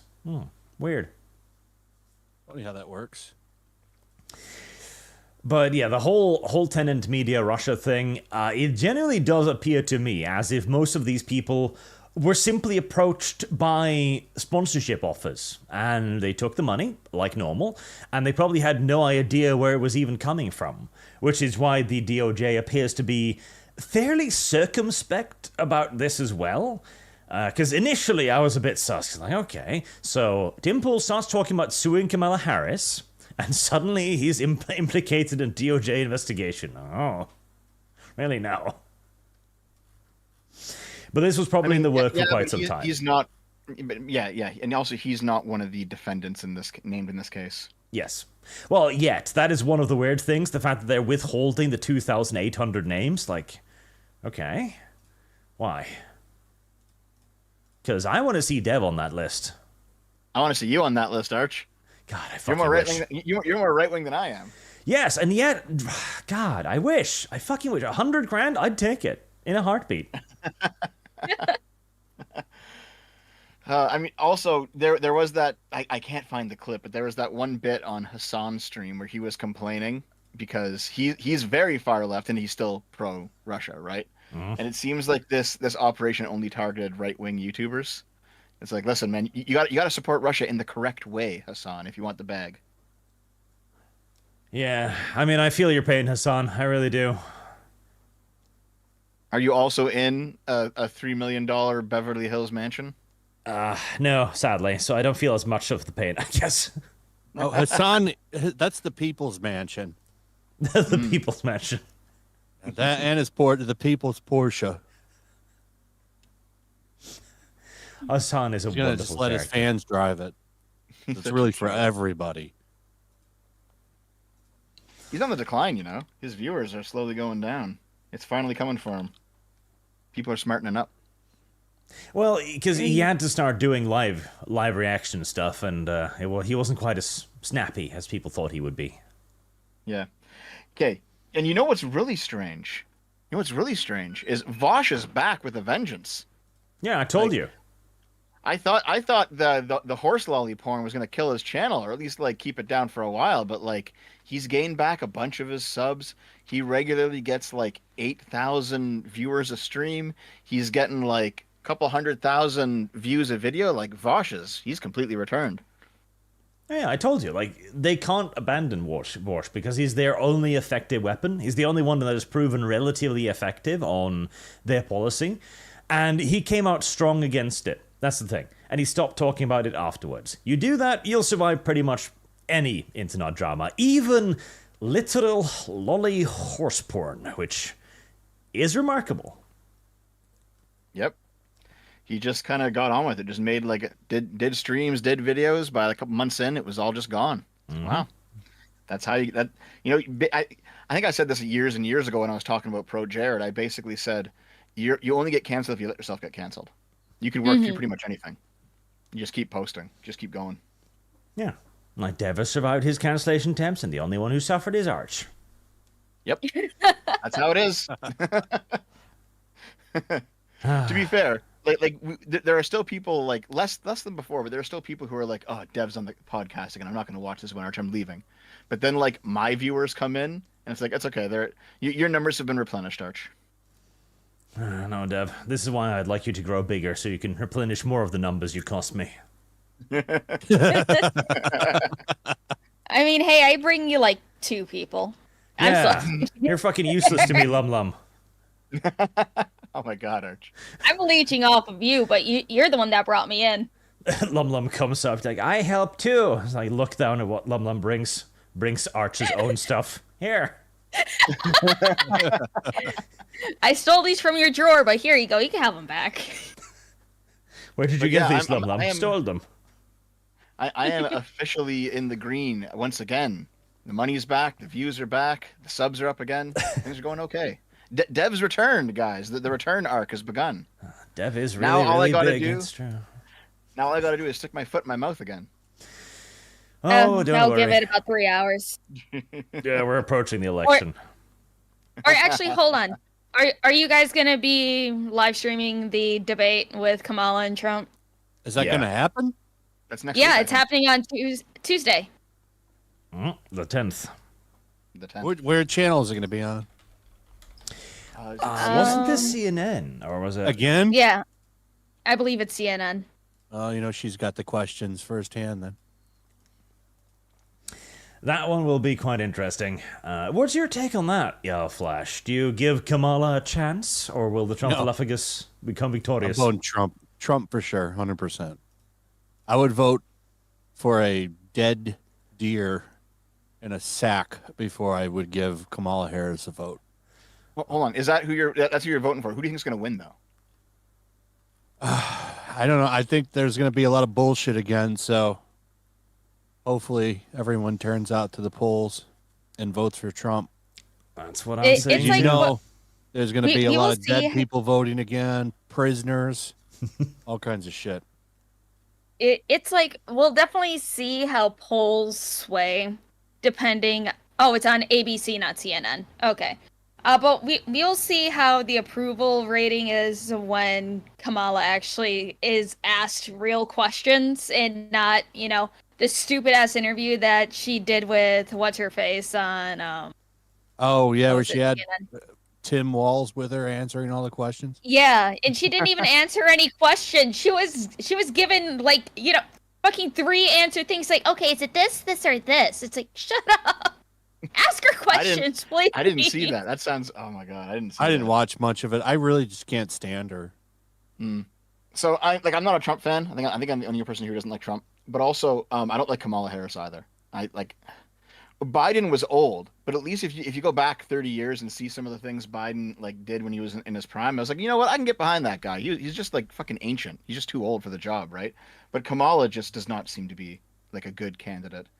So man, there's no good option here. She didn't even get that many votes when she was a primary candidate. Back when she joined up as vice president, she was dead last in the polls, if I remember right. It's a long time ago, but she did not make very much headway. They had to prop her up and put her in there. This is the only way that they could get her in there. I mean, kind of. The thing is there was always going to be a new set of advantages because she's the VP, right? So that was always going to change. If Biden was going to step out, it was always going to have to be Kamala, even though I would have preferred someone else on the Democratic side to come in. because like she's the VP, meaning that if Biden were to have a stroke and die, she would be the one in charge. So if you're not willing to run her as the candidate, then what business does she have being vice president? So they kind of had to. The issue is It's that like, there's better candidates from the Democrats that not only in terms of electability, just in terms of policy that are better than Kamala, but I think they have to go with her. They can't not go with her. The thing too is, her entire public image has been transformed by the media. Because you're right, Earl Flash. When there was the previous election, I remember seeing articles where they were like, "Oh my God, Kamala Harris can't even fill up a parking lot," and they laughed at her. She was a joke. Her campaign collapsed. Now she's the second coming of Jesus Christ. Yeah, it's amazing. It's amazing, and people need to go out and vote if they want to see the Trump for office, because I guarantee you, all politics is the 2% arguing over the 98, and the 98 right now are being bombarded with Kamala's so good, look at her, she laughs. What is her policy position? Nobody cares. I mean, her policy position is taking a handful of Trump's policies that he's been introducing. Now she's pro border wall. She is pro what was it? She's like, I'm gonna make all these changes. Why didn't you do them when you're in the White House right now? Why don't you go talk to Joe? It's like I get Been it. there for 4 years.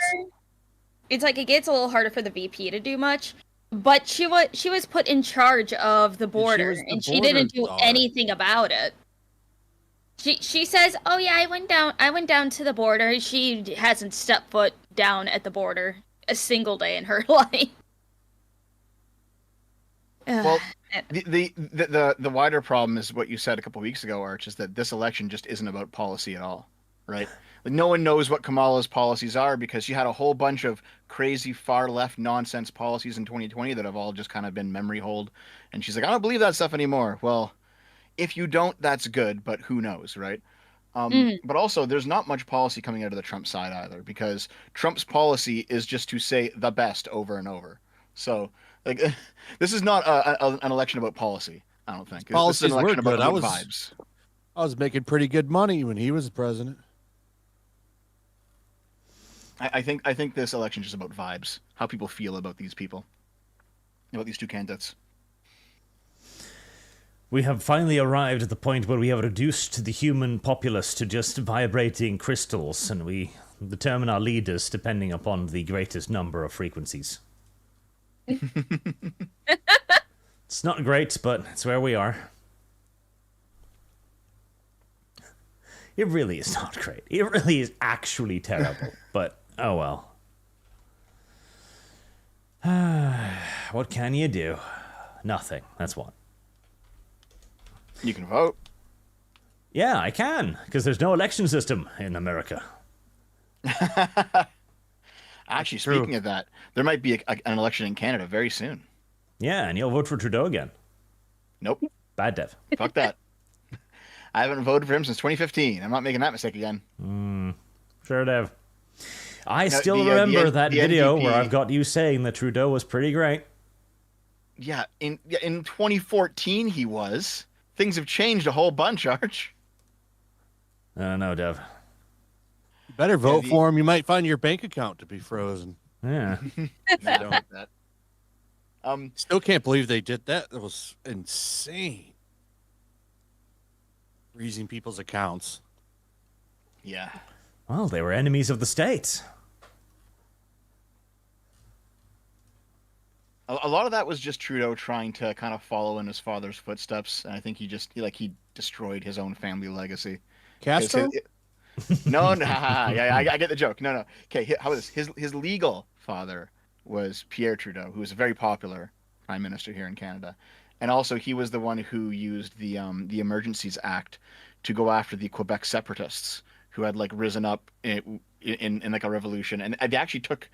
They took hostage a British ambassador to Canada, and so Trudeau had Pierre Trudeau had countrywide support when he used the Emergencies Act and he brought in martial law and he had the army on the streets and he basically shut the rebels down. Um, and people were saying, "Oh, you can't do this. You're violating our civil rights. You can't use the military like this." And everyone else is just like, "Shut up, all right? We have like a violent sect trying to break away from Canada here. This is completely the appropriate thing to do." And that was like the defining moment of Pierre Trudeau's his prime ministership, as how he handled that crisis. And so Justin Trudeau comes in entirely on the back of his family name, and he's been desperate to like live up to his dad's legacy. And so he uses the Emergencies Act on the truckers. Completely different scenario, completely inappropriate. And it's come back to like shoot him in the foot. He's been uniquely unpopular ever since then. If only Dev doesn't turn out in sufficient numbers to overthrow the elections and re-elect him. Don't worry, Arch. I'm not voting for Trudeau. We will see. Right. Let me do back to the super chats again, as we were deviated already very early. Were you deviated? Deviated? We're always deviated. Yes, it's a tragedy. Nightmare, how is Dev enjoying his new boyfriend dungeon? You've got a new boyfriend dungeon, Dev? Someone gifted me the game Boyfriend Dungeon. You've heard of it? Oh, what? Okay. I don't quite get what's going on there. It's just, I think it's funny that somebody says, "How you enjoying your boyfriend's sex dungeon?" I've never even heard of Boyfriend Dungeon. What the fuck? So Boyfriend Dungeon is a dating sim where there's like visual novel parts, but the guys that you're dating turn into weapons, and the weapons you use in the dungeon, like roguelike part of the game, and you go back and forth between the two. And as you date, I the remember weapons get hearing stronger. about this game. Yeah. I think there was an article up on it for some reason, and thought it was weird. You're moving forward with it, huh? Well, I got given a copy of it. I don't know if I'm going to play it though. I appreciate being given gifts, though. I appreciate it, guys. Dev's boyfriend dungeon. Well, it's not as bad as the other gift, so. That's gone now, Arch. That Boyfriend was dungeon. Actually, all right, that reminded me. As the real Holznader sends in, the critics can go fuck themselves. Arch has saved me hours and hundreds of dollars with his reviews and has shown me some bangers like Terra Invicta and Shadow Empire. Also, we should paralyze progressives from the neck down and then drown them. Mean. Jesus. But that actually reminded me of another thing I wanted to talk about. God, the super chats will never be done today. The Joker. Because, okay, the Joker movie came out, quote unquote, at some sort of gay-ass film festival thing. And the critics hate it. 54 on Metacritic. And now I'm starting to doubt my own opinions here, because I looked at that and thought, this is going to be awful. They did the same thing with the first one.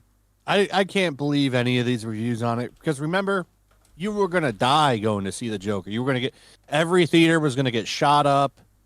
There's going to be incel wars at the theater over this movie. Mm-hmm. You remember that? I do. I do, but that was the reason why I wanted to watch it. Yeah, I thought it was funny coming out, and it made $1 billion, and they all read about it. Like, it was a fun time. Which is kind of as fun as Acolyte was recently. But they gave that movie bad reviews, too. I can't trust their reviews on it. See, that is exactly it, though, because I was expecting this movie to be garbage, because it's got Lady Gaga in it, they're talking more about Gaga than about Joker, and the people who are making it have no goddamn clue about what they're making. Literally, Joaquin Phoenix and the director was like, what if we made female Joker? And they were like, oh my god, there's a comic book version of female Joker. Go to Harley Quinn. Like, And she hasn't had a great run recently either. Yeah, and the critics hate it. And now I'm worried that my prediction will be wrong, because I've staked a lot of my reputation on this movie being bad. I need it to be bad. Uh-oh. I'm willing to give it a chance. I don't hate musicals. They're not my first, they're not my first choice for things, but I'm willing to give it a chance. I'm gonna watch it, but I'm not so sure if it's gonna be good or not. We'll see. But I'm gonna watch it before. Like these bad reviews, they don't mean anything to me, and they don't sway my thoughts on going to see it or not, because I just don't trust them. They hated the first one, and we know that these people don't have much integrity. You can buy a good review for the low price of $50. We found that out not that long ago when it came out that some company was paying all of these people $50 to fucking give good reviews for movies. That real thing? Yeah, that really happened. Jeez. I can't remember. You'd have to look it up, but that was a thing that happened. Some little company was paying a lot of these small reviewers to go in and just, like, if it was getting bad reviews, they would go in and kind of try to prop the numbers up so the Metascore would go up. Yeah, and that works. $50. That was the price.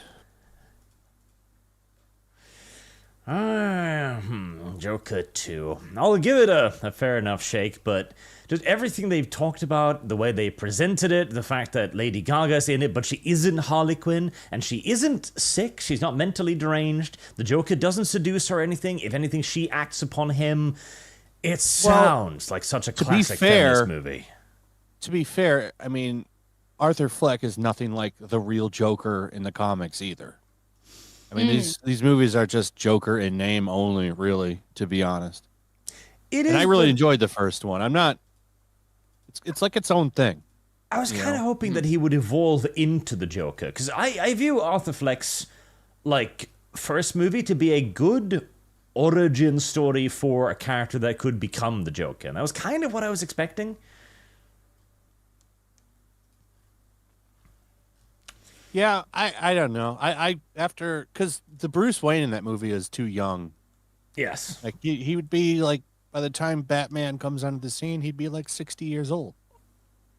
Yes.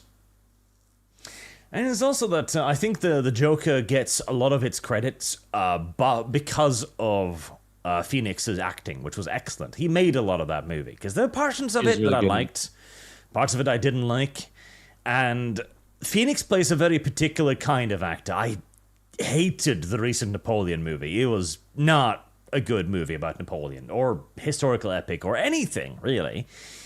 So if he does well enough, maybe that'll gloss over any inconsistencies or errors. Yeah, maybe. We'll see. He can sing. If you've seen Walk the Line, you know he can do some singing. And she's got a good voice, so, maybe it'll be good.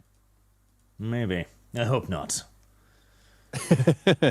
Yeah, even if it no skin off my back. I liked the first one, though. This one, we shall see. I'm willing to give it a chance. More so than other movies. Hopefully Russia will come and give me some money for reviewing it, so I'll earn something back. Maranga 2 says, just the Snoot of us. Snoot game has been funded. I'll have to play the Scaly game now. Such is life. Artemis Fowl, I have contacted the FBI and have advised that would allude to Dev is on their list of paid Russian shells. Good. Oh my god.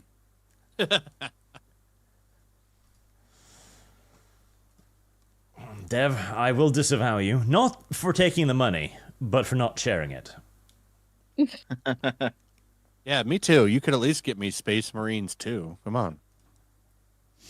That game's actually pretty good. $100,000. Yeah, I got it. I've already picked it up on Steam. I'm just waiting for it to come out. I didn't want to buy their. I fucking hate early access. I refuse to support it. The YouTube trap. I'll buy the regular version though, and I'll play it on Monday.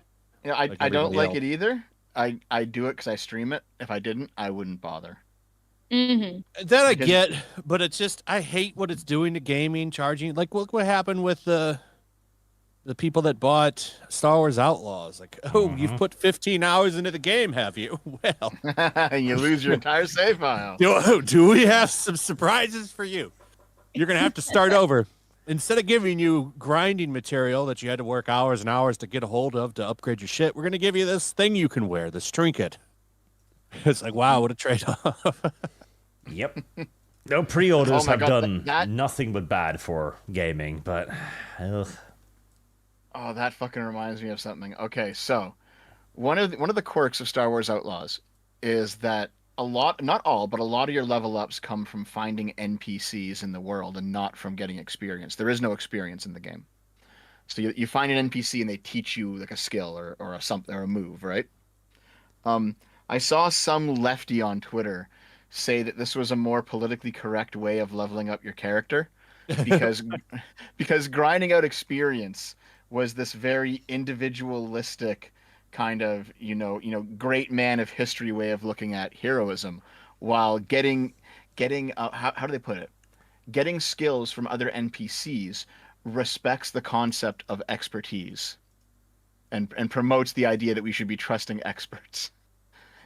And in an age of misinformation, that's actually very important. And I was like, I can't fucking believe you're a real person. Dev, why is it always you who come across this? Why is it always you who think about this?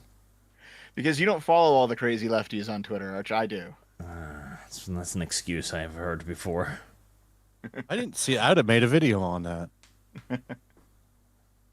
I'll see if I can dig it up again. I'm gonna put it in my Star Wars Outlaws video for sure. It's fucking ridiculous.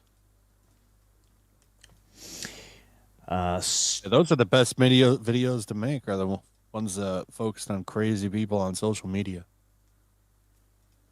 Stream troll Mike says Dev's handlers asked what side he wanted to shill for, and he responded with yes. Also, they call me Danny's simp for free, guys. That does sound like Dev. That does sound like Dev. Nicholas Cantor, Arch, when the Muv-Love Law miniseries? I'll pay. Oh, God, those are like 300 hours. Expensive, very expensive. ShadowFox2300, damn, just saw a clip from the Tithe show, and damn did they do justice to a custodies and assistant of silence. It's a shame it's marred by the overt political shit. Hell, it made our bites look good. Yes, the female custodies are official now. That's an animation. I saw that. That was funny. I quite liked Siegfried and her enormous chin.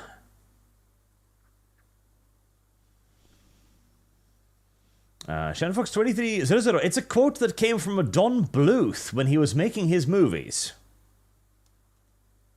What quote? I'm confused now. That might have been my Chesterton quote that I was talking about at the start of the show. I'm pretty sure it was Chesterton though, not Don Bluth. Don Bluth. God, like there was a time when Western animated movies were only getting better, to the point where you've got like Treasure Planet, for example.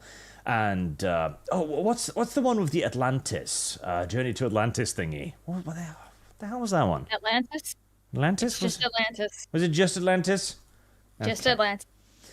That showed us what Western animation could have been. Like we would have, if we had continued down that path, we would be absolutely dominating Japan by now.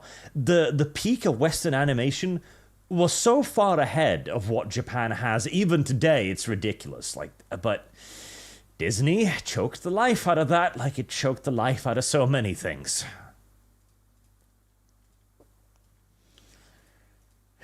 Tragic. Animation's pretty much feels like it's dead here in the West. Oh, it is. Like all CGI stuff. Like, I miss hand drawn animation, man. It's just don't see it anymore. And it's virtually all Disney's fault, because Disney had one of the leading like hand-drawn animations department after they again largely outcompeted Don Bluth's guys, and they made stuff like The Jungle Book, which is beautifully animated, but they shelved all of it and just went full CGI.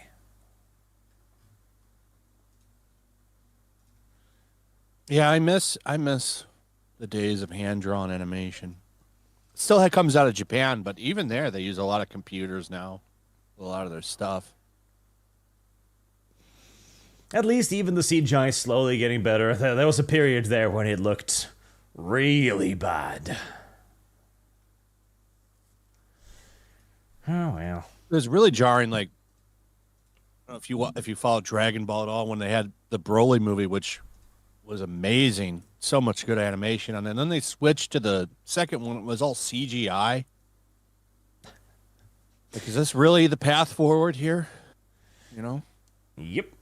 The same happened too with Kingdom anime as a really long-running anime for I think the single longest-running manga ever or something, Kingdom. And in the first season, they used assloads of CGI. Longer than One Piece. And it looked awful. And yes, no, in terms of the years, yes. In chapters, I don't think so. I just got caught up on One Piece, and it took me a year. Let's see. The Kingdom manga started releasing in 2006, and it's still running. I would say One Piece started in 1998. I think is when it started in Japan. Damn. It's been around for a long time. It has 25 years. But anyways, it started with horrible CGI, but as they slowly got more secure and started earning some money, they actually replaced it largely with hand-drawn animations, which is what we're probably going to return to eventually, thank God, at least. Well, hand-drawn with probably AI aid, unironically. We're going to make a drawing program where you can have, like, okay, this character's name is, this. And the AI will be like, oh, he looks like this. Okay. He's looking like side-on or something. And the AI will do 98% of the work, I swear to God.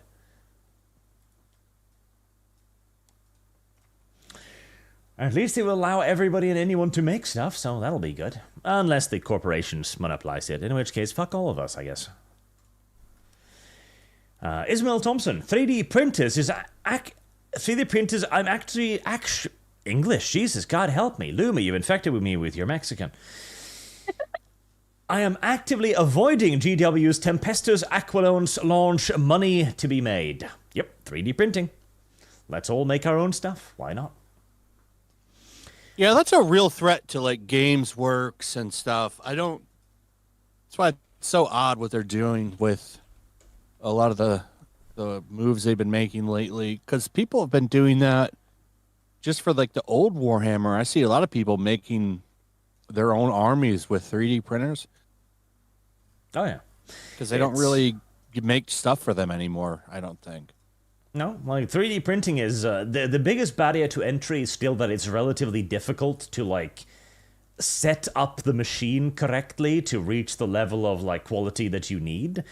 But they're getting more user friendly by the day. Like it is going to replace not just like hobby stuff, but we are going to arrive at a point where you are not going to buy anything at the store anymore. Like stores are going to be obsolete. You are going to download a cup off the internet. I guarantee it. Eddie Grimm in the chat. Will anybody still watch One Piece when the One Piece remake comes out? Yeah. Especially if they really like it, they'll move ahead. The 3D printing thing, and then also like the AI art thing, it just seems to be an extension of like remember Arch the whole Luddite conflict, where you have like, man, you get people who are very very far left. Okay, and yes, I'm blaming this one on the lefties yet again, but you get people who are very far left, and they talk all about progress, making things better. But then as soon as the forces of progress come around with a new technology that increases access to something, whether it's the Luddites smashing up factory looms, or it's you got these lefty artists on Twitter complaining about AI generated art. It's like, man, technology serves to equalize access to a market or to a hobby or to something, to lower the barrier of entry. Happens all the time.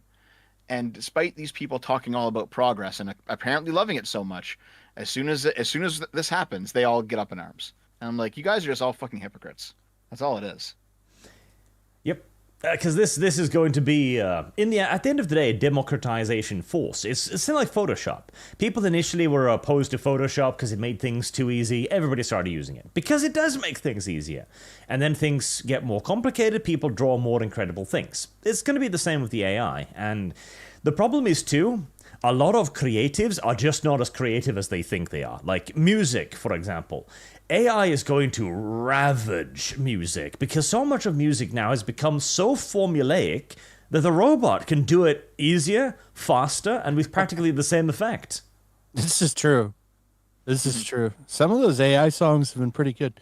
Yeah, and they You're not produce them wrong. in minutes. Like, even the new stuff like mimics the older music, and it's all like kind of factory produced now. Like that's the thing too, right? Because it can recreate styles in a way that we've just given up on. Have any of you seen like Lord of the Rings, but in 1980s style for AI? Yes. Yeah, Yeah, I I just see that. I saw one today. They had if everybody was hillbillies in Lord of the Yep. Rings. Oh, I saw that too. It was funny. It was like a trailer park where they all living. They did it with Harry Potter too. That one was better done, I think. But Oh, I the seen song was one better. where You're a wizard, Harry. I Yeah, the seen one wands were where guns. Mm-hmm. did you see the Hagrid. powerlifting Harry Potter ones where it was like Harry Squatter and Oh, I think I did see that. That was years Oh. ago. That's an older one, but I've seen it. Yeah. Yeah. God. And the thing is, it looks good. It looks really good. And it's just because they capture a style, because the AI can look back at that style and go, oh, okay, the lighting is like this, the presentation is like this, the characters look like this. And it just recreates it. It doesn't bring any of itself into it. And that is one of the big problems with current entertainment. And it doesn't need to be AI either. Peter Jackson, who created the Tolkien movies, he explicitly said that he didn't want to put any of himself into this. This was Tolkien's story. This was the Lord of the Rings. And that created a fantastic piece of entertainment. Now, nobody does that. Now everybody needs to put themselves into it. The Rings of Power is the perfect example of that, where they take all of these characters and they just rewrite them like mad. Like Tom Bombadil is all of a sudden like, oh yeah, I care about the world. Like, I'm going to teach people to use magic. Like, why, Tom? Why? AI will be our salvation. At the very least, they'll all be out of a job. It makes thumbnails a lot easier to make. Oh God, yes. Like, because You I have an have idea, you can just run to Grok. so many times I have an image of a thumbnail in my head. I start Googling, like, well, no. Or I can go on Twitter and like, hey, Grok, draw this. And it does! Yeah, I wanted to make drunk Darth Vader the other day.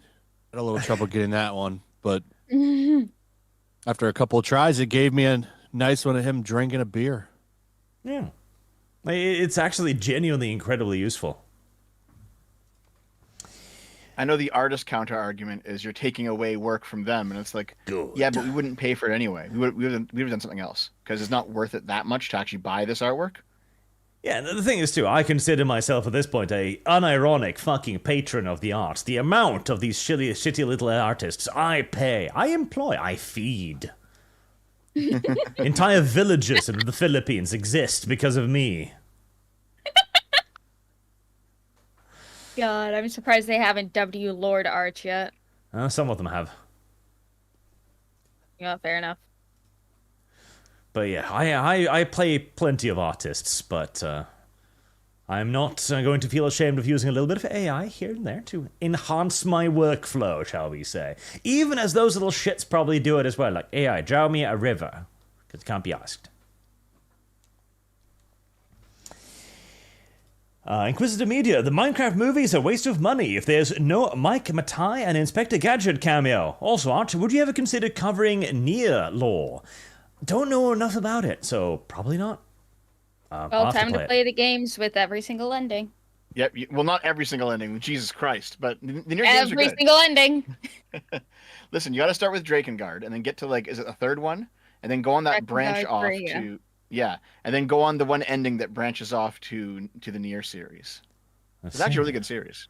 Let's see. Well, my response is, as it always is, pay me. I mean, They're good hey, games. here's a They're plus. really good games. Here's a plus. You can have 2B self-destruct, and you can look at her ass the entire time. That's true. For some reason, it's her skirt that is the bomb that self-destructs. Yep. Artemis Fowl. Dev was paid in chairs and desks. Ah, the thing he consumes the most. New chair, new desk. Things are going pretty good. Though my new desk right now is smaller than my previous, and I'm not a fan of it. Yeah, it's because he broke the previous one, chat. He messaged me. It's like, my desk just broke. What happened? My shadow touched it for a second. I was on Mahler's was it his 300th recently, or like it was some kind of anniversary like in the past couple of weeks, and I was on there. We took a break for lunch, so we all went away to get lunch. I was gonna come back, and I go out, I come back in, and the desk has like collapsed to the floor, with like my computer still under it, but like everything was still on, and I was like, I guess I'm not going back on Mahler's today, so I had to get a new desk. What did you sit on it or? No, I went out for half an hour and I came back and it was just down. I think it was already like it was already really old and really wobbly. It was on its way out. It just happened to collapse with all the monitors and stuff on it while I was out. Oh, Just did anything break? one old monitor. Oh, that still sucks though. Yeah, I had one of those full screen, one of the first like flat screens that came out like in like the mid 2000s. I had one of those from like my old high school build, still just kicking around. I was just using it as like a side monitor, for Discord or whatever. But that ended up going. But everything else is still fine. It's just the table was old and it's like I'm just glad I wasn't sitting at it when it decided to fall over. I'm glad I was gone. It's hard to find a good desk, especially when you want to have multiple monitors. I do know this struggle. It took me a long time to find one. I ended up getting like a conference table using that. Yeah, man. Like I bought as big as a desk as I could fit in this space. And I mean, I'm not going to be here where I currently am permanently anyway. So I was like, I'll get something that is like, just off of Amazon, nothing special made, big enough, and this will do until I have to move. You need a lot of room if you have a setup, because I have 3 monitors and then I have my broadcaster. I have my mic and my mic stand and speakers. Mm-hmm. I've got 4 monitors. I just have 2 like mounted on the wall above the main 2. That's how I'm doing it. 3's been enough. I haven't come across the need to have another one. But when you're streaming, that's about the only time I ever utilize all 3, to be honest, is when I'm streaming on my show on Saturday nights. Because I usually have one for articles, and then one for the chat, one for YouTube stuff. Right. Man. Yeah. I find when I'm doing certain stages of writing, like a big video, I'll use all 4. And one of them will have the script, one of them will have the sources. One of them will have like a folder where I'm saving sources, like I'm getting images to use in the video, so I'm making sure to save things as I use them. So I know that I have what I can put in the video. And the 4th one, I generally have music playing while I'm writing. You need to see the music? When I need to. Well, no, I have the 4th one has like Discord open in case I need it to talk to someone really quick, or like I have like a YouTube page open and I have the video playing so I can like change the music if I want to easily. The 4th one is like just kind of the whatever monitor for just extra stuff. I'm just sitting here with 2 monitors. I was functioning with 1 for the longest time. That's what I had for the longest time. I was using 2, and then I don't remember when I went to like a Best Buy and it was like a doorbuster, nice monitor. It was like only $100. Like, fuck, okay, I'll find a reason for the 3rd one. It's been helpful. Mm-hmm. But I think I'm spoiled now, man. I go back to 2 monitors and I'm like, I can't do this. The I will nightmare have of a to get a single 3rd monitor. First world problems for sure. Mm-hmm. 100%. Boog asks, Lumi, do you ever call your husband Darkheart? No! Oh my god, no. But why not? I don't. He's just Moose Man. Moose Man. Yes, he is known as Moose Man because his persona is a tiefling with like moose-styled antlers. and everything. And he's from Alaska, so it just kind of makes sense. Eddie Grimm brings out the ultra wide. I got to tell you, I don't like them. I'm not a fan of the ultra wide.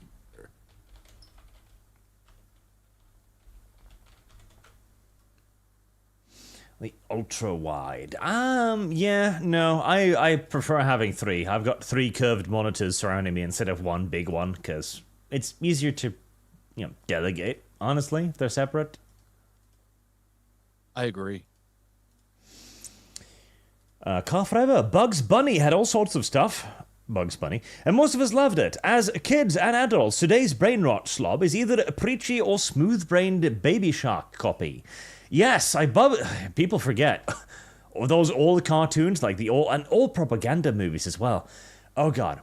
Like, Flash, you mentioned old World War II propaganda. One of the best ones I've ever seen was an instruction video for how GIs should act in Britain.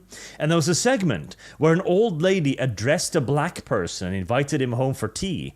And the narrator comes on screen and goes like, yeah, those Brits are weird. They treat black people as if they're human or something. But you gotta get used to it here in England. That was really good. Wasn't there some World War II cartoons from Disney and shit with Donald Duck? Oh yeah, there was. When he crashes in a Nazi camp. Yep. Yes. I think there's also one where he works in a factory too, I think. Yes. Yep. They did actually make like straight up propaganda movies and propaganda posters and all kinds of stuff back then. Mm-hmm. I've got a whole bunch. I got one where it's like Superman, Batman, and Robin handing out war bond flyers to kids on the cover. Defeat the Axis. Mama Oko says, as a massive Minecraft fan, this movie hurts my soul. There are so many better animations from the last 10 years that it will get more views than this. I hope so. I hope it fails. It needs to fail. It must. Opikoi, I'm warming to diversity in Warhammer. The 3rd Legion should be race swapped to appeal to the urban youth. We was for nations oppose and you're a bigot. Yes. Like, I am happy to see Games Workshop embrace diversity because that'll be one less competitor for me in the future, so happy to see it. Hexy, Jim Carrey went insane because of Trump. Many such cases. Yeah, just like Dev. I thought he went insane because his wife or his girlfriend died. No, that was not Jim Carrey. That was... Oh, fuck, what's his name? Honey, I Shrunk the Kid guy. No, I thought that was Jim Carrey because I think she committed suicide or something. Immediately, a bevy of inappropriate jokes jumps to mind there. Here, I'll put some of my favorite propaganda covers in the live links. Please do. Rick Moranis. That's who it is, Rick Moranis. He got his ass kicked by somebody in New York. Sucker punched him. Oh yeah. Remember that? Mm-hmm. This is an old article, but it says Hollywood star Jim Carrey is currently dealing with 2 wrongful death lawsuits related to the death of his former girlfriend. Carrey had an on-again, off-again relationship with Carthor, whatever the fuck her name is. Shortly after, the couple ended their relationship last year while reportedly committed suicide. So yeah, he had wrongful death suits and shit, which put him into a huge depression. Why did his wife kill herself? Because he kept doing that voice during sex. This is one of my favorites because Superman says it's okay to slap a Jap. Yep. Superman says you can slap a Jap. Just go up and slap that Japanese man. I love seeing stuff like this, like reposted on Twitter from like a previous era. It's so great. I've wanted this cover for long. This is a hard one to get, man. Hard one to get. The good old days. Let's see how they draw the Japanese guy too. Yeah. As done to dehumanize. Dehumanize. Nightmare. Sonic's arms are not blue. Well, shit. I had never noticed. Minty Mint 89, read all of the Banner of the Star books. Thanks to you, Red Orb. No physical copies available anymore. Now take responsibility. Space, time, mind, video when? Banner of the Stars was really, really good. One of my favorite science fiction settings that did space combat in a way I have never seen before. That was really cool. That's the thing I like about the Japs. They Japs. Now I'm going to keep saying that, and YouTube is going to slap me for that. Superman's just trying to get more anime made. That's all. Yep. Bomb them one more time. Yeah, get to work. The Japanese are a creative bunch. Like, whilst in the West we are still making Superman and Batman comics, over in Japan they're like, hey, what if we isekai'd a dude as a vending machine? Like, okay. Right, go with it. See where it takes you. What if I was reincarnated as a slime? Exactly. Swinging code for a very generous $50. Thank you very much, sir. Shout out to my man, Flash, long-time listener, long-time super chatter. Hook a brother up and tell us which version of Mighty Golden Patriot you are going to overprint and then liquidate. I would hate for you to call me a fake fan after scamming me. None. I'm not doing once it's over. That's it. Once the campaign's done. Then it's over? Those are the only copies? Yep. Mm-hmm. So we need to get a laminated one then. Get a CGC one. I'm going to do some CGC prints. Sam says, Golden Showers. This is clearly for Lumia, I see. A late book from the Zero who doesn't pay his artists and cancels people as soon as it's convenient. Oh. Was Yellow Flash a bad person? I don't know. I don't usually take random accusations via super chats. That seriously. Ixeldorant, Sonic movie was a brilliant trick. Sonic has several issues with his appearance. Sonic Ice Cream, Saitama versus Japan Sonic, etc. Sonic meme drawings. Sonic media has acknowledged this in the past, and a joke within the fandom. See, I was not a Sonic fan. So I do not know any of this. And hopefully I really hope that movie, the third one, stomps all over that shitty Mufasa movie. That'd be absolutely hilarious. Oh, the old CG one they're making? Yeah, it's live action, but it's all CGI. That's right. They said it was live action or something. Yeah, that's going to launch at releases the same day as Sonic 3. Man, it's going to be really funny if that movie beats Mufasa. Mufasa. Why do we need to tell He's the no story longer a of king. Mufasa? He comes from no noble blood now. Well, I mean, he's male. It's enough to make him a king. Automatically. Ixeldorant, it was a marketing joke for the fans. However, the Sonic movie was originally scheduled to go against the Avengers going their height. Delaying release saved the movie from bombing, and the marketing presented the perfect excuse to delay. 6D chat. 6D chess chat. Noah Sprague Studio, I'm calling this woke virus cultural communism. They will take Japan... Oh, then it scrolls. God damn it. Why does it do that? Why does the super chat scroll? I hate that. I know exactly what you're talking about. It's really annoying. It's like you're reading and then it's like, hello, I'm just going to go to the bottom now. They will take Japan, which is sad, but hopefully our indie creators will pick up the slack soon. I think so. Like, we've already had created massive successes in the West. I mean, even stuff like the what was it? Kamen America, which is obviously just Japanese but Western. Like, yeah, great. Yeah, they're doing really good. They have a big Japanese fan base too. Yeah. Glow in the dark. I think Chen thing is being overblown. When you had Pelosi, chauffeur being a Chinese spy for a decade, but swept away quickly in like a week. Yeah, there is also that thing to consider as well. There's a lot of Chinese involvement in other places, more high places, that is just ignored, weirdly enough. Yet the YouTubers get the Wait. stick. Did he say Pelosi's chauffeur? Mm-hmm. I'm pretty sure it was somebody else's chauffeur, but I mean, whatever. Dev, we don't take your communist ways now that we know that you've been paid by Russia. Oh no! Oh no! I do know that like everyone talks about that one guy who was fucking a Chinese spy, and like, oh, this is a big deal. Oh my god!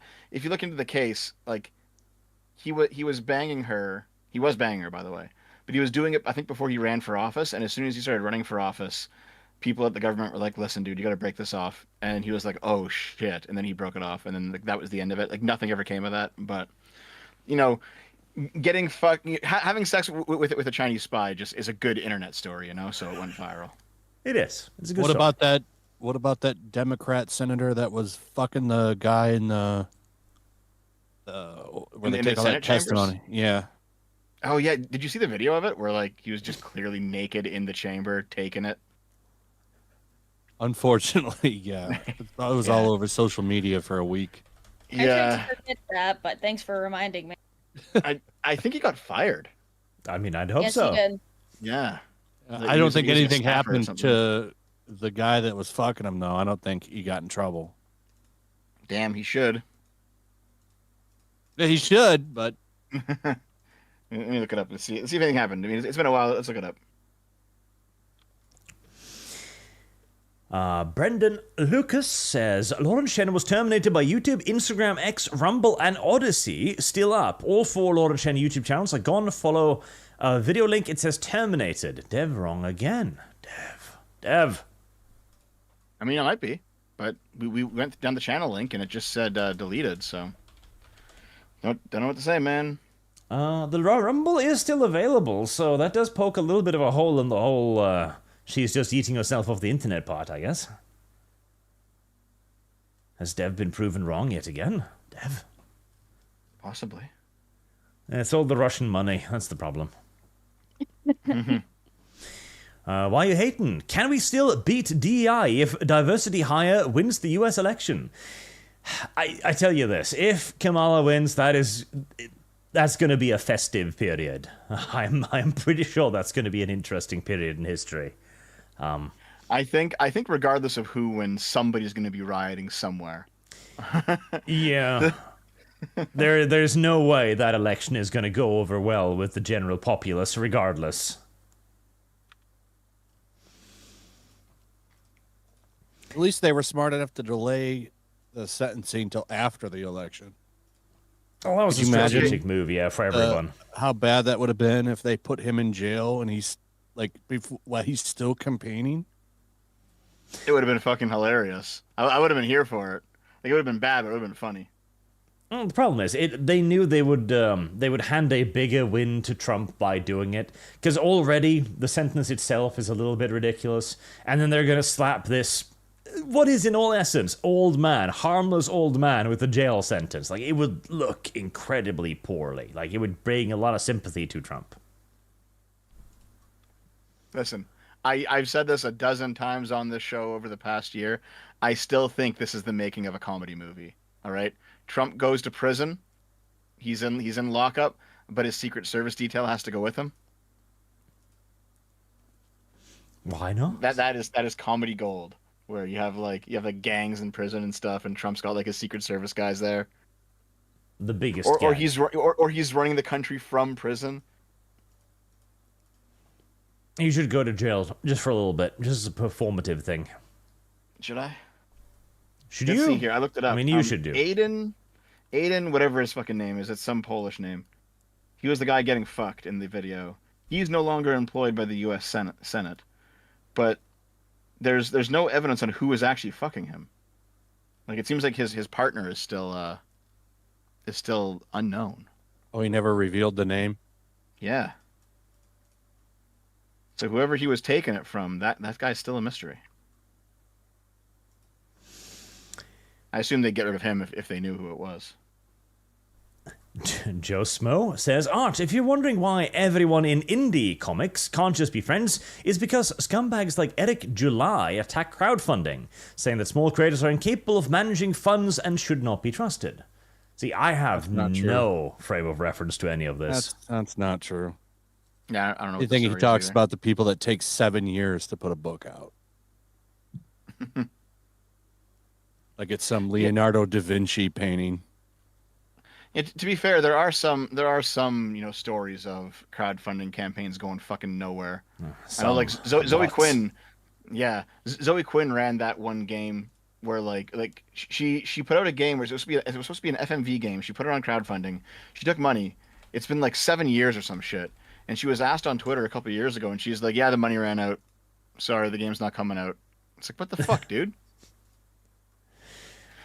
And I know on the other side, people are going after Grums right now for like his game taking a long time to put out. I don't know the story there, but there's some complaints I've heard. I mean, fuck, we live in the era of Star Citizen. How long since was that Kickstarter now? Like 15 years or something. Like that is old. Like, let's see, can I? Star Citizen pre-production 2010. So it's been it's been almost 15 years. It'll come out eventually, I'm sure. I'm sure. I'm sure as well. So there are some rather abusive campaigns like this. It's true. Like Kickstarter is never a guarantee that you'll actually see a product at some point. I should know. I've backed enough failures to know this. Marksman 117B, Dev lost £25. Well, Nick Avocado lost £250. Ah, Dev. Good for him. Glad he made it. Did you see his recent picture? I did. He is a twink once again. I mean, I'm happy for him. It's like he was really fucking depressed for a while, and it's like you could tell in some of the older videos because I was looking at some of them. You can see he was starting to lose weight, but he definitely pre-recorded a lot just so he can focus on losing weight. I think that was his plan. Yeah, that like he recorded a shit ton of videos and he just released them over the course of the next year or something. But he lost weight during that time. I have no idea who this person is, so meh. Wait, are you fucking serious, Arch? Yes. Nikocado Avocado? Yeah. Okay, Arch, hold on. I'm just going to give you a picture here. I want you to head over to Live Links. I don't know if I want to, Dev. Look at this man, Arch. Don't want to, Dev. It looks gross. Dev, stop. Oh, what is he eating? Oh, I saw a picture of it. I don't know if it's probably fake. Him wearing like a Nazi shirt. It says "My struggle." My struggle. Yeah. So his whole thing is that he used to be like a really tiny twink-looking kid, but in the past 5 years or so, he's ballooned up to like 600 pounds or something, and the theme of his channel is that he is just going to eat himself to death. And that was his channel, is Nikocado Avocado eats himself to death. And he always eats like enough food for a family for a week. You know what I mean? Okay, so I think like what's he gonna do though? Like it's what he's built. Like he's making how many? Does he get a lot of views? He gets a lot of views. Yeah, people are just waiting for him to die, basically. But yeah, like I recall the 2022 video there where like he was posting himself in his breathing gear. He can no longer breathe on his own. It's You've fucking gotten weird, so Dev. fucking fat. Why Dev? Dev, disgusting. Bad Dev. Dev, bad. Slap. However, Arch, he lost all of his weight. He basically pre-recorded a shit ton of content. He had it come out over the past year, maybe even longer, and he came back recently saying, "I lost all the weight." It's like, okay, dude. I mean, I see. Yeah. Ozempic did wonders for him. Yep. Now he looks like an Auschwitz prisoner. He must have had some skin surgery too, because you don't just lose that. Yeah. I'm just wondering if his husband also lost weight with him. Oh, who knows, dude? Yeah, because he also gained a shit ton of weight too, didn't he? But this is basically they're just both sitting there mukbang eating nonsense. They're both sitting there eating 100 nugget meals apiece. Like, Yep. Let's see. yeah, The Chinese fat. do this too. The Chinese are much better because they have tiny little Korean women who just park away 50 pounds of food. Much better. It's Yeah, like it's like fuck. What was I gonna say? God damn it! I lost my thought. Go Here, ahead. Arch, pull that one up. Pull No. that one up, Arch. No. Pull Oh, that yeah, up on I the screen, remember Arch. Is that I real remember or is that Okay. AI? That's real. That's real. Go ahead. Lumi. That's so nasty. Nikocado, avocado.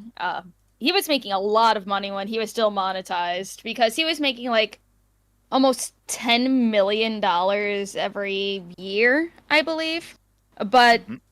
after he gained so much weight and was just eating every single video, he was labeled as a safety risk. So all of his channels were demonetized. So he was not making any more money off of this, which is probably what sparked him needing to lose weight. Yep. Now he can reset and get fat again. That's how he'll do it. You get to kind of redo it all, watch him get all big again. Well, on the weekly sip last week, I covered a story of a Chinese mukbanger who ate 22 pounds of food in one sitting. Then her stomach burst open and she died. Oh, Oh, that's Yeah, man. nasty. She just I don't ate get herself it. to death live on stream, man. I don't get the enjoyment of watching this either. Like, there's a lot of people that like it. This is a shit. I just don't want to sit and watch somebody eat, regardless. I don't either. The only exception is for MREs. Like I'll watch like Steve 1989 because he'll like show how the MRE works. That's kind of interesting because it's kind of neat. But yeah, just watching someone eat, I don't get it. I think when it comes to Nikokado's channel, though, they were just waiting for him to die. They were like watching him and being like, "Oh my god!" With every video, he's getting closer to death. According to Kratos.net, her parents were concerned about her dangerous eating habits. You don't say. Yep. Right, well, this will lead to more crackdowns on social media, I'm sure. Luckily, they'll go after Dev first, because I don't look like I'm going to kill myself via food just yet. it's like, What's worse? The fetish people for this or the foot people? I don't know, Lumi. This You're for the only sure. foot It's fetishist gotta be here. this. What'd They're you pretty say? gross. Foot fetish or the mukbang feeder fetish? The feeder thing is disgusting. It's worse than feet. Even though I it's still worse than think feet, too. I knew it. I still think feet should be cut off at the ankles because they're icky, but the food's grosser. Well, that's why we wear socks. Yeah, it's fair. There you go, chat. Yeah. Lumi would pick feet. Here, let me Shut put it the this fuck way, all right? Let me put it this way. Even if you're not into feet, you can clearly tell the difference between like a good-looking foot and a bad-looking foot, right? Like All it's saying a to well-manicured. Actually, I take it back. Brie Larson's feet are another level. We went down. Were you on that stream, Arch, where we went down the Brie Larson feet rabbit hole? No, I don't think so. Holy shit, she has some god awful looking feet. They look like Frankenstein's feet. Oh my god, dude! Really? Right, let's Yeah, see if I can... they look like she's got toe jam and shit in her nails, and Ugh. yeah, it's really strange. There we It's like go. she never washes them either. Oh god! Someone in the chat says, "I hear that Dev likes them big and stinky." No, don't you dare bring that shit up. Right, That was just- Chicka Conroy, man. I just provided the video on that topic. I'll just start forwarding that to Lumi. She likes this kind of stuff. Cease! No! You could give it to Rosa because Rosa actually likes feet. I know, that's why I'm not giving it to Rosa. That's why I'm sending it to Lumi instead. Ugh. I would think that Brie could afford some kind of foot surgery. I'm not kidding. Let me see. I'll look up Brie Larson's feet. I really don't. I'm gonna have to clean my history now. Johnson Smith, just so you know, on your Space Marine Live Play, I got an ad for My Little Pony's official channel. You're becoming a pony channel, lol. Approve. Good. I hope Hasbro could sponsor me.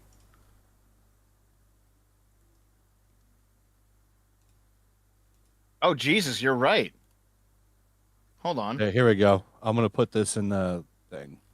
Yeah, look at that, Arch. Look at what, Dev? Here's a picture of both of them. Like, what is that snarled toe? Ugh. Disgusting. Show the chat. They need to see it too. If we have to live. Why did I open up Discord? Why did I see the ping? God damn it. Because you were curious, Lumi. You were drawn towards it like a moth towards flame. No.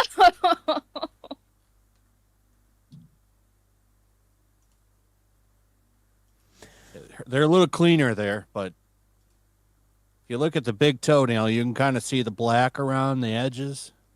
I'm telling you, man, they're dirty. I think she washes them. Disgusting.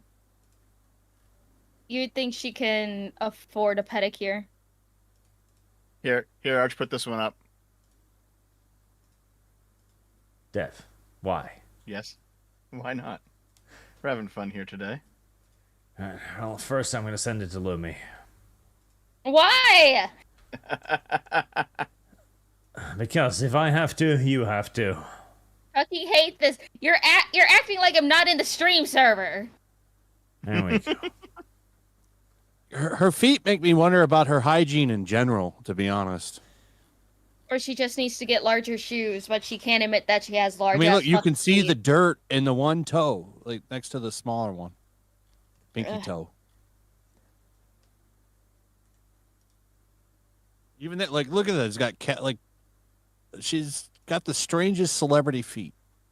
And I'm not an expert, but I mean, you would think that she could afford pedicures and stuff before she goes on these red carpets, but she's going on there with like dirty ass toenails and shit. Like, no one's gonna catch that.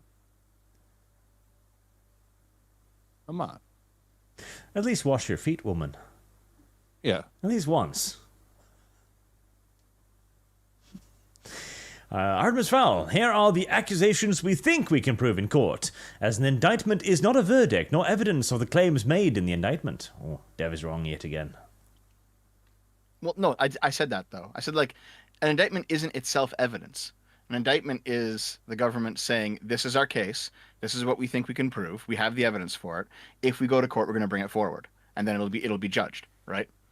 Generally, you don't see just complete falsehoods in indictments. Generally. Except when it's delivered by the government, I'm sure. Arch, I swear to God. Noah Sprague Studios. Dev, have you heard Nikado Avocado has reverted back to his skinny form? If he can do it, so can you. I'm working on it, man. Please, for the love of God, get Brie Larson's feet off of a... Get it off the fucking... Yeah, get it off the thing. I don't know. Chad hasn't paid me to remove it. Oh, actually, right, okay. One of the weird things I saw recently. So, anybody here watch X-Men Evolution way back in the day? I don't think so. Oh, that was like the 2000s show, right? Yes, so with basically young X-Men. I might have been a bit too old for it by then. Maybe not. I vaguely... yeah, I recall this art style, yeah. Yeah. I wasn't into the show, but I remember it. So they announced recently that they were making Kitty Pryde bisexual. And I was just thinking, like, okay, if you'd actually done this, like, 10 years ago, this would actually probably have been a bump in sales. But today, nobody listens to that and goes like, ah, sexy. They think, ugh, politics. It's remarkable. Also, wait, wasn't she bisexual in like a previous story? No, she's always kind of been with Colossus. And now her and many other X-Men are gay, which is quite funny. Like when you consider, you know, their slogan was "Make more mutants" for a few years, but half of them are gay. That's a good point, actually. Yes. Listen, as a general overarching rule, more lesbians, more bi women, good thing. I'm all for it. If only because male gaze is great. And the solution to the X-Men problem was to do nothing. Like, the world didn't need to Also- worry. The mutants would just breathe themselves out of existence. Being bi in comic books today means gay. Basically, she'll never be with a man again. Just like when they were calling John Kent Superman gay, like bi, he's gay. He'll never be with a woman again. Are you listening, Dev? Are you listening? Hey, listen.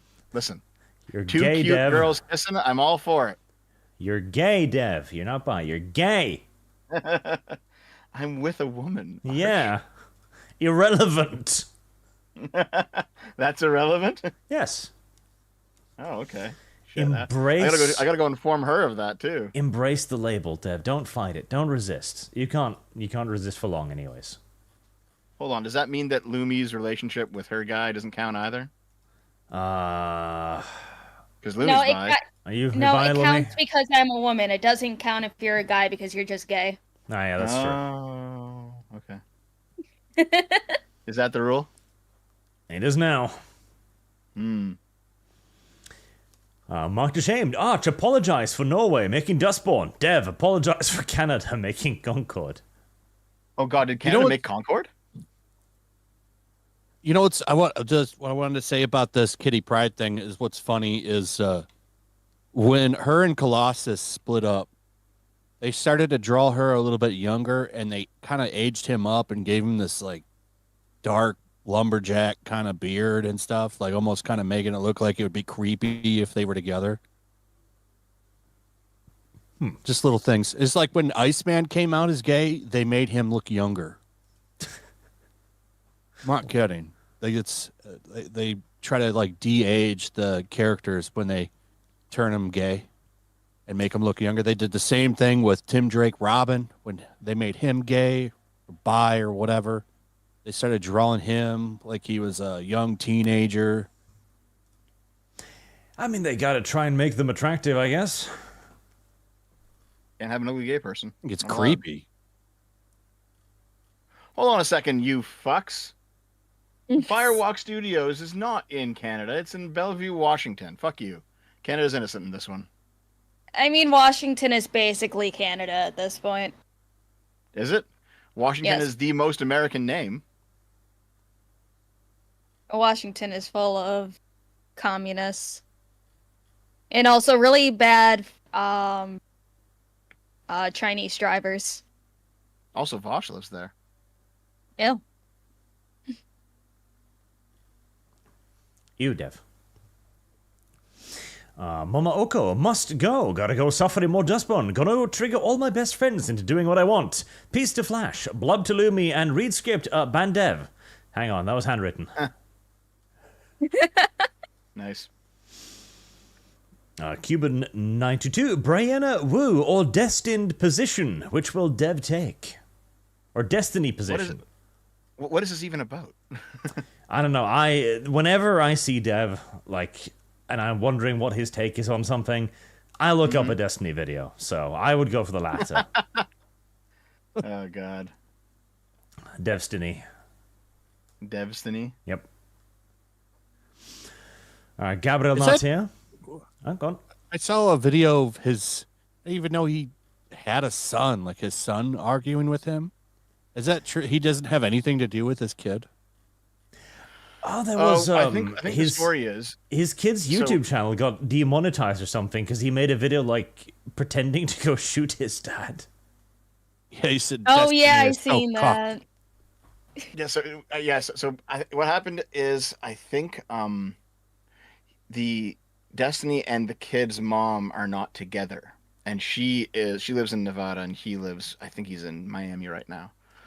So like the kid travels back and forth, right? So it's not like he has nothing to do with this kid. They have like shared custody, and he had come over to Destiny's place in Miami, and he's like 13 or something, but he streams, so he was streaming, and he decided to like walk into Destiny's stream room while he was live from his room and like shoot him with like a Nerf gun or something.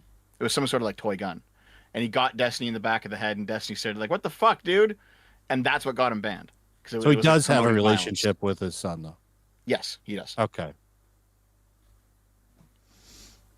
from what I understand, like even when his son couldn't come visit, he would like go to Nevada and visit him. And I think the house that his ex and his son live in is his house. Like he bought a house for them using those streamer bucks, just so that Okay. like he would have like a place to grow up in. Well, that's better then. It was being framed that he had nothing to do with him. Yeah, I mean, listen, there's a lot of good reasons to not like Destiny. He's said some pretty stupid things over the years. But people also tend to make up the wildest stories about big streamers. Happens all the time. Yeah, I'm not a don't like deadbeat parents. Dev is a repository of knowledge on his mentor, so if you ever need more info on Destiny. Listen, just because we have a whole bunch of mutual friends doesn't mean anything, Arch. I don't know, Dev. Artemis has made me see the patterns. He's linked me to too patterns? many Dev posts and too many Destiny posts. Like, look, it's 1-to-1. It is. Wow. Oh, Artemis, you traitor. No, like, I'm sure if I wanted to, I could talk to him, but I don't think there's any reason to. Like, I don't even know what we talk about. Yeah, you're already getting your positions from his tweets, so why would you need to Oh, ho, ho, ho, ho, ho. get You'd them be in real person? nervous if you'd be real nervous, right? Because meeting your idol. Ha. No, actually, I spoke to him a couple of years ago offhandedly, and I was actually quite nervous because we didn't have anything to talk about. It's just like, oh, what do you think of this? And it's like, well, I mean, I mostly agree with that. It's like, oh, okay.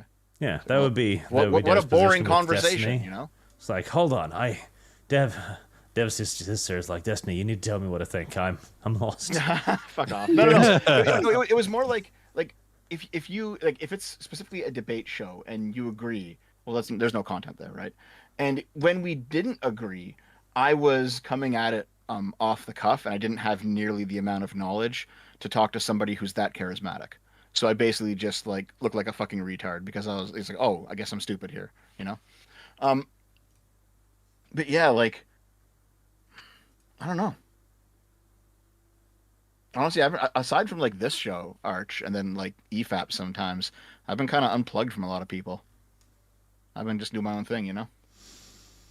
Well, don't worry. I'm sure the next, software update will arrive soon, Dev. I like that meme where they're taking the chips out of the NPCs, changing them out.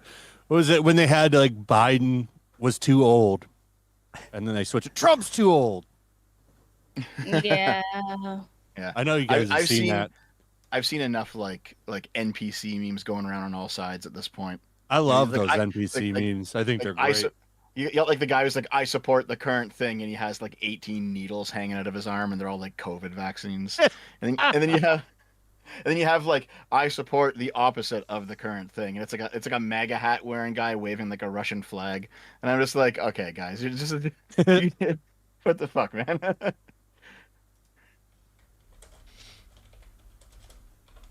Hold on, chat. Yeah, I did call Destiny charismatic. I think that's probably one of his most positive traits is even when he's wrong about something, he can talk his way through it. Like you kind of have to be to be a big streamer. Hold on, I'm just reposting more brony fan art of myself. Oh, nice. Where was I? Gabbard Nartea, if pharma companies are sending doctors to conventions and paying for the trip so that their products get prescribed of others, is that a bribe? I mean, it certainly sounds a pinch unethical, I'll say. And Gabriel Norte again, the monstrosity that Korsicus built in the middle of Bucharest is literally called the House of the People. Only the Pentagon is larger than it. There you go. The House of the People. The House of the Devs. Of the devs. Call forever. Art, here's some money for the Keep Lum Lum Fund. She brings more than 2 people. She brings superior Danish kroner too. Hashtag Witcher. Car, I know you. You're mine. You are literally the stolen piece of property Lum Lum brings to me. Like, here. Well, to be fair though, Arch, Zontar is one of mine. And he has no problem sending you a bunch of super chats. Well, Zontar is also my property. I've had him long before you. Oh no, you didn't. I don't know about that. In fact, once I move again, I'll actually be pretty close to Zontar, so you might actually come by in real life. He's like, Dev, we got to do a show together, and I was like, do we? Man, I guess getting we are. really parasocial in here, aren't we? And Marksman 117B says Lum Lum for Flashcast. Yes, Lum Lum. Find other people to feed off. What one day maybe if like I don't want to be like, okay, Flash, invite me on right now. I need maybe get a baseline there first. God, There wasn't much of a fucking baseline with me, Lum Lum. you're the one that came to my street, waved $100 in front of my face, and then Oh said, God. "Hey, you wanna come on the ArchCast?" And I'm like, "Yeah, sure." And Never. now you're stuck with me. And now it lives here. I actually recall. I think I told you this in private, Flash. I recall like, I think you invited me on your show like 3 years ago, and I didn't see the DM. And I was like, oh, sorry, man. Dev does that. He's not very nice. Hey. Yes? Oh, I didn't have anything to say there. I figured. No objection. I knew. Wait, Flash, did you go AFK? Are you gone? No, I'm still here. Oh, okay. I was somebody in real life. Hold on. Okay, I'll communicate with artists in a second. Sandu, think Kamala Harris will have some Richter's grin like Biden did during the debate? Or do you think Kamala will just word salad vomit all over the debate stage? Hashtag Fallout Equestria Fund. I don't know. Like, people keep telling me that she's gonna do really poorly, and I hope she does. But, I don't know. Like, I think they must know that this is do or die for her. So, they must have gone full out on the debate prep. Debate plap? Ooh. Debate plap. The plaps.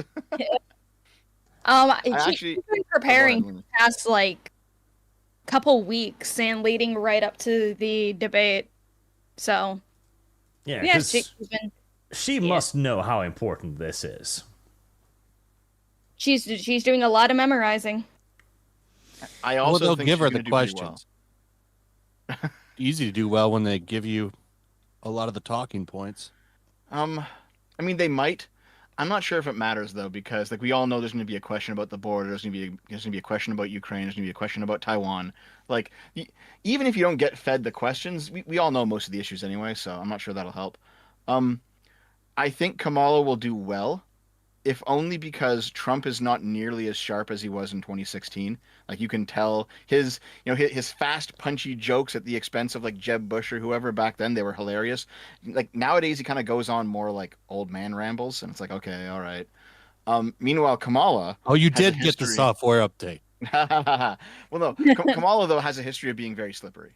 Like she knows how to talk her way, even though she's being dishonest. She can talk her way around a topic. So I don't know. Talk? Yes, she can. Like, Wow, I just hear Kamala hear reminds me almost. incoherent Oh, go ahead. rambling.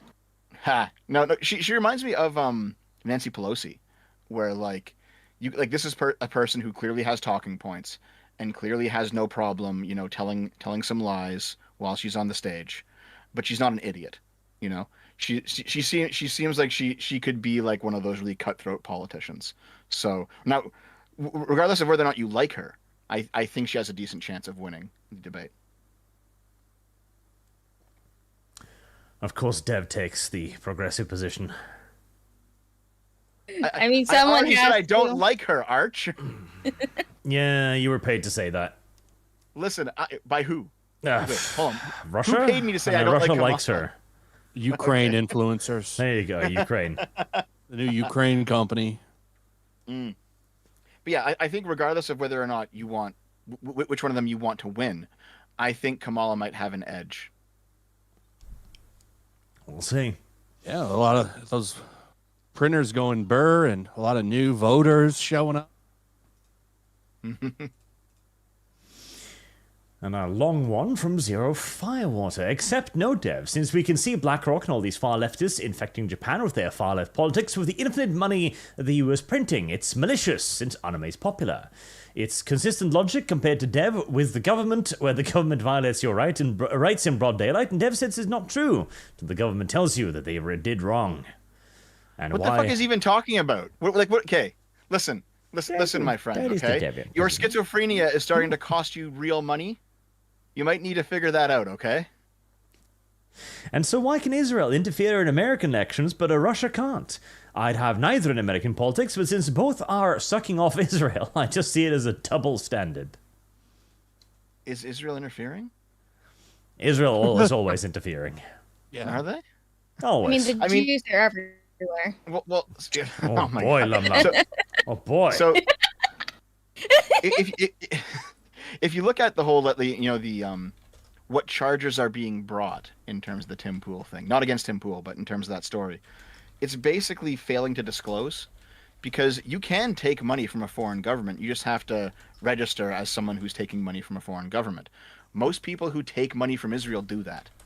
They're like, yeah, okay, like it's in a public database that I am someone who is paid by an organization that is paid by Israel to put, and this is what I do. Okay, so it's there. It's all above board. The issue is that the tenant media guys didn't do that, which is why they're going after them.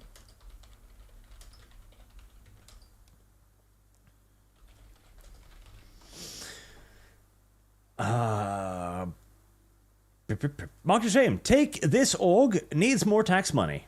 Yes, we need more tax money in woke entertainment, otherwise it will not survive the markets. It's very important. I mean, honestly, what am I going to do with myself if we don't get woke video games for me to play, huh?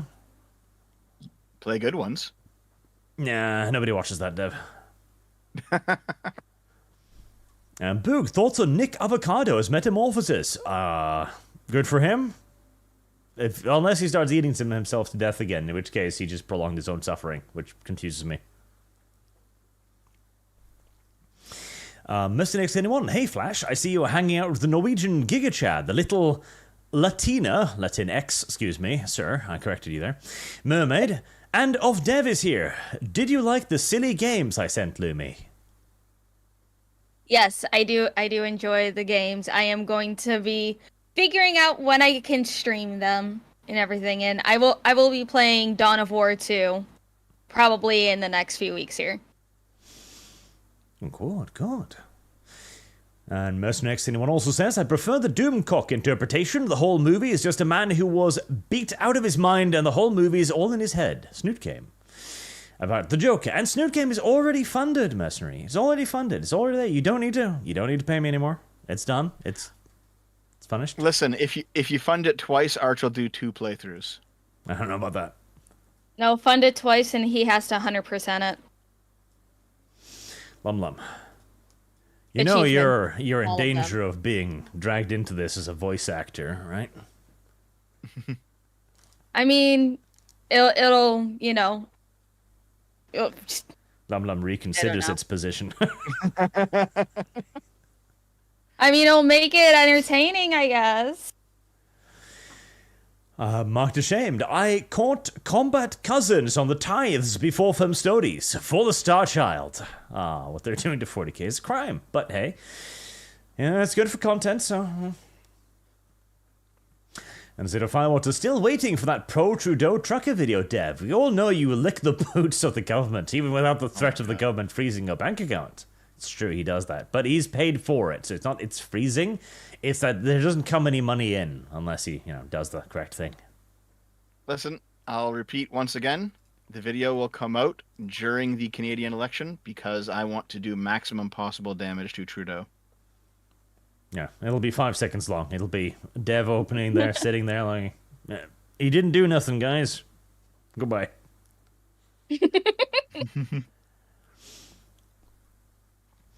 Mr. Schnitzel himself, saving grace, AI sucks with anime style art. It kind of does. It doesn't quite have that down pat yet, but I'm sure it'll get better.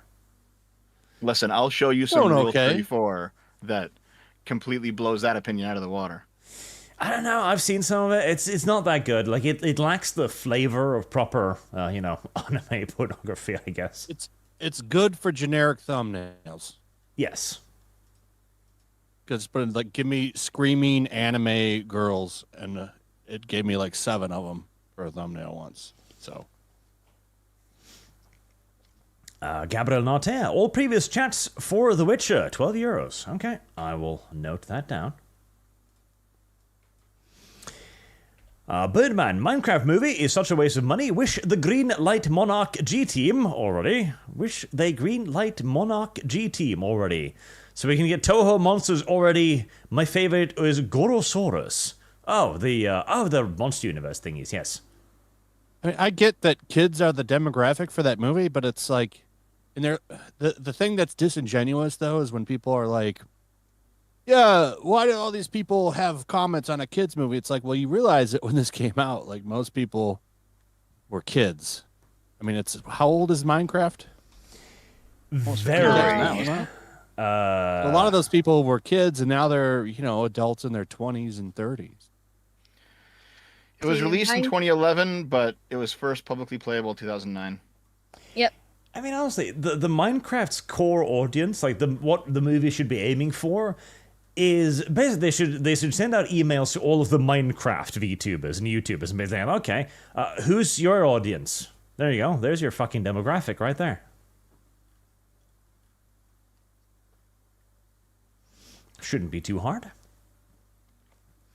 Mercenary X81 Snoot Game, +5. I have 3 curved and ultra-wide 4 flight sim or mech warrior for the cockpit. I must have my big stompy robots, and Steve Buscemi was attacked, I guess. Steve Buscemi was attacked? Who's Steve Buscemi? Dev. He's an actor. Oh. He's just like he's the character actor. if you need to know who he is in the meme, the hello fellow kids meme with the skateboard. Oh, yeah. And Yes, him. that guy. Yeah, that's him in the He's a thumbnail. bit younger there, but yeah. Yeah, but I mean, everybody knows that meme. Yep. Mark James saw boobies in the background of a Looney Tunes cartoon when Daffy Duck infiltrated World War II German camp as a commando. Yes, on the poster. I know the fucking cartoon you're talking about. They even had like Nazi characters. There was a big rooster or something that was a nasty Nazi back then. Shane McClaim, there was an AI-generated picture story series called Metal Gear Anime Series. While rough around the edges and the script definitely needed actual editing, it was pretty good. Oh yeah, like people are making like comics with AI now, and it definitely does look a little bit rough because they're clearly struggling to get the AI to perfectly like make the same image, because the AI of course has no concept of continuity, so when you tell it to make a picture, it doesn't understand why it should use the same character for the picture. But even that is getting better. Like, the movies they're making too, the animated movies, it is becoming able to actually create what looks like genuine movies. We're probably at most a couple years away before you could create like a full feature-length thing with AI and have it look passable. To the point where you could tell this AI if you look, but if you didn't, you'd probably not notice, you know? Mm-hmm. So, do you guys recall maybe a year and a half ago, there was those really creepy Will Smith eating spaghetti, like short videos made by AI? Mm-hmm. Yeah. So we've gone from that to what we have now in the span of a year and a half. Like, that's incredible progress. It's going to keep getting better and better, for sure. It's already kind of getting there. It's not quite there yet, though. But I mean, you're not wrong. It's Holy shit! It's a lot better than it was. Actually, I found a comparison here. I'll put that in the live link. Yes. Whatever you need to bounce, Flash, just say so, and that is perfectly okay. I just saw your message there. About 10 more minutes. So this is a comparison video of the Will Smith eating spaghetti, then and now. What's happening? Like, that is fucking dangerous how quick that is advancing. Mm-hmm. It's insane. Like, you can still clearly see that there's some idiocies at parts, but like this is going to replace like most creative professions. I swear to God.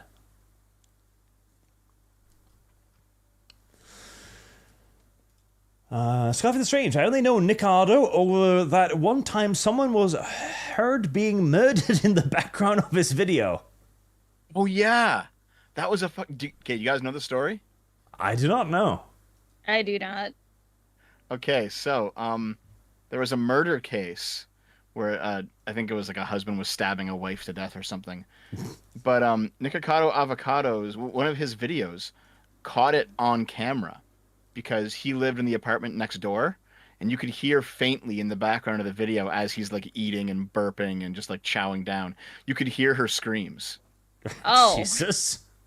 So they used the video in the trial and they played it as part of the evidence. Ugh. It's fucking weird.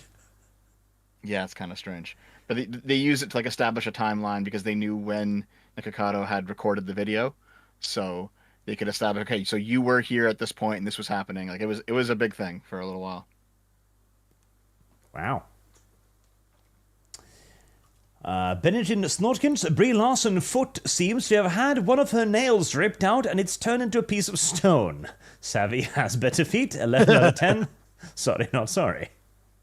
Does Savvy do feet shit? We're talking about Madam Savvy? I think so. I think there's a picture of her foot. No, I'm pretty sure she said that's not her foot, so. Oh, okay. And any pictures of your feet out there, Dev? Oh yeah, there's tons. Why? And same with Naomi's too. God, Dev, why? Well, it's because like we're sitting on the couch and we stream from the couch, and sometimes we're just sitting there in regular clothes. So sometimes you see our feet because we're not wearing socks. Ugh, Dev, why? You gotta put a center bar over your toes, A goddamn. sensor bar. I was hoping for like a no there, but instead Dev's like, oh yeah, I got tons of feet pic on the internet. Stop asking Dev questions.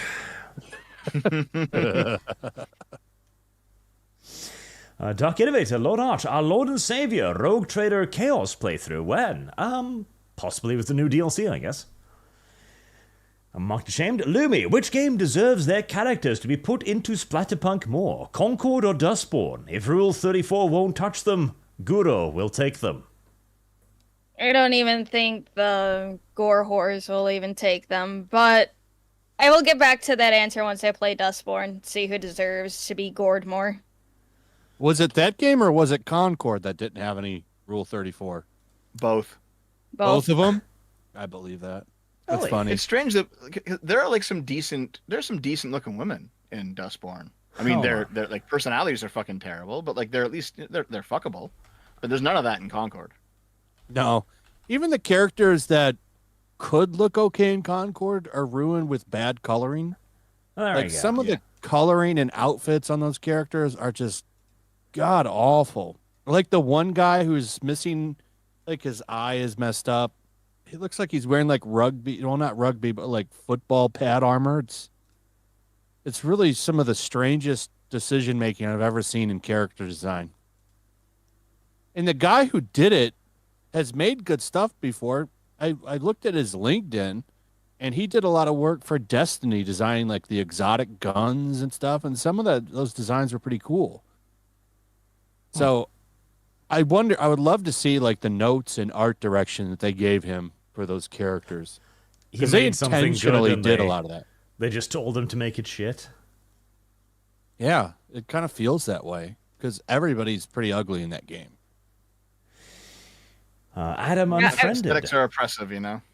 I would love to see like what the original sketches for everything was. Like I wonder I've if it was seen one. completely different before. The black chick, who's obviously like a tank, her original concept design was fine. Oh, I actually It's seen fine. that post. Yeah.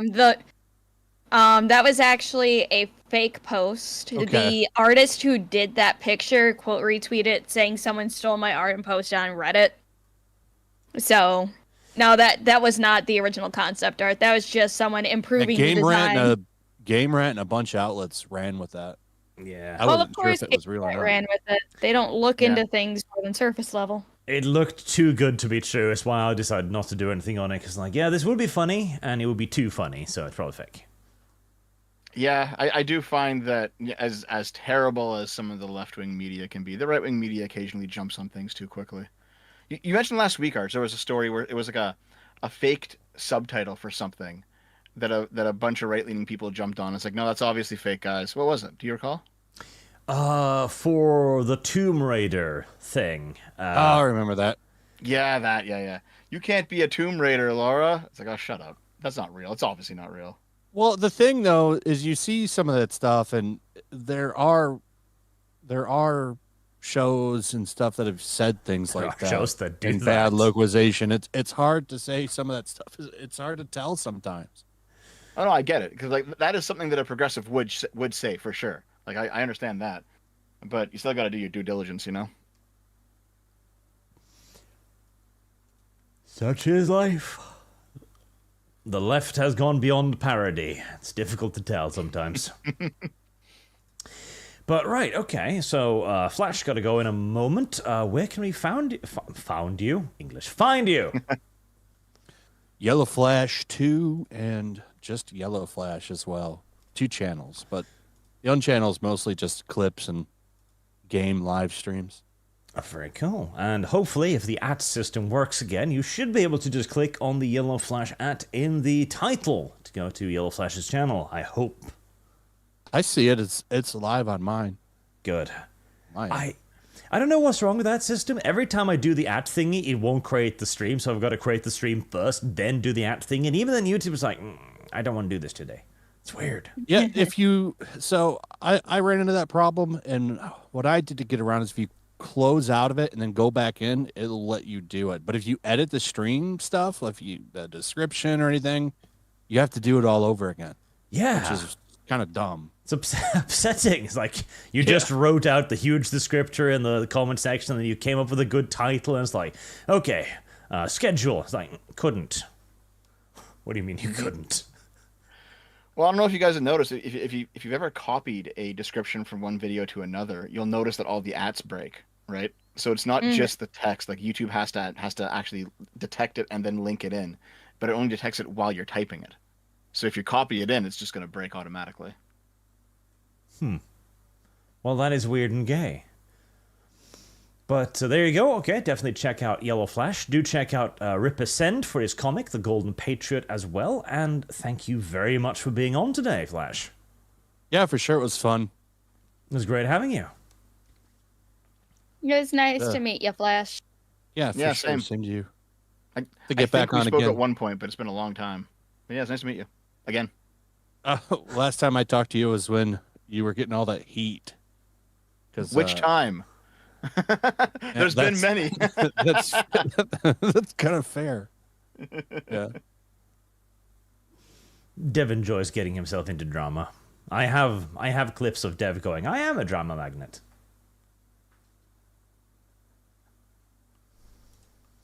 It comes with being correct all the time, Arch. You know how it is. I also have one of you going, don't let the truth get in the way of the narrative.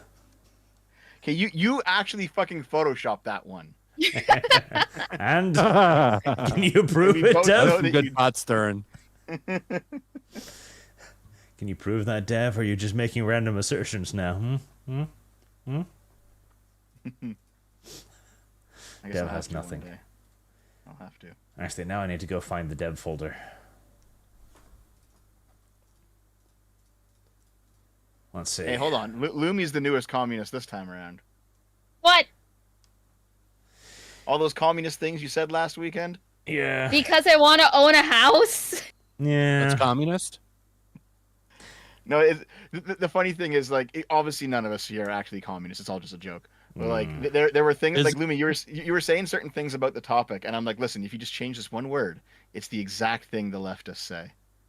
Oh yeah, saying that out of state rich people shouldn't be able to just buy up houses in flyover states and everything. Oh yeah, we just got to eat the rich. That's how it is, eh? Let's do it. Let's do it, comrade. Gonna fucking kill myself. That's okay, Lumi. Just don't take anyone else with you. I'll drag you down with me, Arch.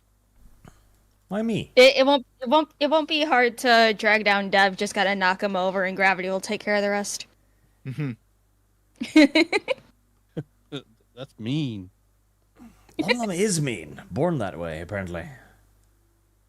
You're the one that said, "Hey, get better at this," and I'm like, "Okay." Get better at being mean? Yes. Adam Unfriended said, Arch, are you assembling a circus? So far you have a purple woman, a mermaid, a troll, the fastest clown alive, and a furry dog. I wonder who you'll have next. Who's the furry dog? Dev? I'm not a furry dog. You sure? Yep. I'm just a fat guy. I think that only leaves you, Dev. Maybe he means Rags? I don't know. I think he means you. But Rags isn't in here. Mark Deshamed. My bad, Lumi. Apologize for Concord. Dev, apologize for Assassin's Creed Shadows. Yeah, that one was us. Sorry, guys. Unapologetic art. Only King and Thurston County are Canada. Lumi, every other county is red in Washington. You know what? Fair. Hexy, Destiny posts the misleading Kirsha video. Dev posts the misleading Kirsha video. Never let him wiggle out of being Destiny. Oh my fucking god.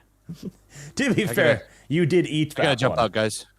Yeah, All see ya. right, have a good one. See you, Hey, Flash. thanks for having me on. Check out the comic, and I'm sure we'll talk again soon. Absolutely. See you guys. Bye, Yeah. chat. Bye. But you ate that one, Dev. You fucking ate that one. You ate that one right on the Dev. Because you didn't even fact check it. You just reposted it. You saw Dev posted it in Dev Destiny. Oh, same person. Like, yep, I'm gonna put it up too. Actually, to be honest, I saw someone else posting on Destiny, but probably running in the same circle. Yeah, no, I get it. But you know what? I think I still stand by the criticism in there though, because like a week later, I saw a clip from one of Kirsha's streams where she was like, "Yeah, guys, we should V for Vendetta the government." I'm like, hold on, what does that mean? Oh, you know when you like, what did he do in that? He was killing politicians. He was blowing up Parliament. He's like, oh. Are we suddenly pro political violence again? It's like, okay, this is just fucking hypocrisy. Fuck this.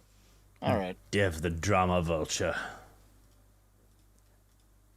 Nope. I'm just very done with the internet's crocodile tears over fucking everything at this point. And here, Arch, you know what? You've succeeded in blackpilling me. How about that? Good. Hearsay. Ask Dev how Kamala lost in debates to Tulsi, who is now on Trump's team, and in debates against Biden if she is such a good debater. Yeah, Dev. Yeah, Dev. Well, I didn't say she was a good debater. I I Who said that cares she's what Dev slippery. actually has said? I said that she's slippery and she knows how to talk, and she'll probably be able to like squirm around Trump as he does some old man rambles. If you put Kamala up against someone in her prime, I think she would just lose because she has before. But Trump is not in his prime anymore. Sarah Firewater. 5 to Nightmare Moon playthrough. May all ponies bow to your hoof, and may you never be defeated. Hoof, ponies. And Zero Firewater 2. A2 is better than 2B. Also, Dev, when will you break this new chair? Will this be chair number 5 you break? Chairs for fat people. Oh man, the worst part about this new chair though is that it's not breaking or anything, but the armrests are starting to I don't know if they're made of like cheaper leather than the main part of the chair, but they're starting to crack, and I'm like, come on, guys, can you just make a decent fucking chair? Is your sweat like acid or something? No. Since we're talking about the ponies, I guess I'll put up the pony fan art now. Oh my god, Oh. chat. No, it's not about. Okay, the Trump is too old software update. Okay, Arch, you agreed with me on this. You even agreed that Trump in 2016 was a lot more quick on his feet than Trump now. This is not a software update, guys. This is a real, actual thing that's happening. Dev, I'm not letting you paint me with this brush. I'm just going to deny it. But you said it yourself. I don't see why that's relevant. The truth isn't relevant. No, No, says Arch. Zero, hey all, welcome. Flash, good to see you all. Oh, damn it. Just missed him. And Arch, favorite Inquisition, Ordo, and why is it Malus? I do have a soft spot for Ordo Xenos, honestly, I do. But Malus is anti-demon, of course, and that's pretty good. Well, that's pretty good. Nobody likes demons. Why did you do that? Rasmus, 0211. So what's the deal with no Twitch? Even Dev does it. Because Twitch is even touchier than YouTube. And I'm like, I can't be fucking asked. Plus, what could Twitch give me? Like, a handful of Twitch bits? I don't care about the Twitch bits. See, I fucking hate Twitch, and if my channel gets banned, it's like, whatever. It's not really a main revenue source for me anymore. But those Amazon Primes are still quite nice. And there are still tons of people who throw them my way, so... I stream there. I don't really care about Twitch anymore that much because it's like a shit platform, completely gone downhill. But it costs nothing for me, and it's a bunch of money, so... Alright, well, as the resident Twitch bitch, Lumi, what have you say to in defense of your platform? I know, Twitch fucking sucks. Oh, damn it. I just stream there because multi-streaming is the smart thing to do. Yep. Because you know what? Even if Twitch sucks, the 0.0001% chance that you take off on Twitch is still pretty good, you know? Mm-hmm. Hexy, Trump debated Biden so well, Biden dropped out of the race. Dev, Trump isn't as sharp as he used to be. That's a good counterpoint.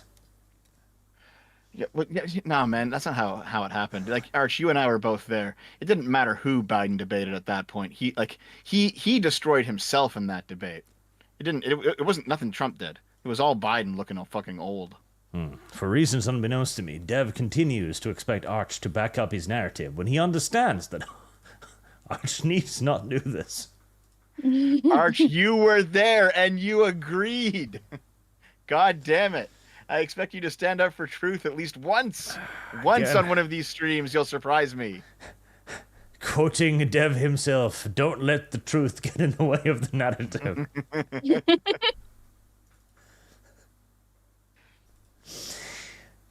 Here, say, Dev lying. She lost to Tulsi. Kamala lost to Biden.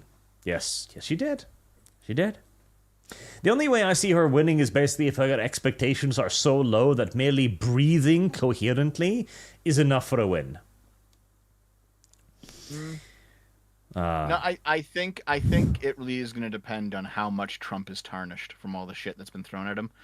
Whether or not you think it's legitimate is beside the point.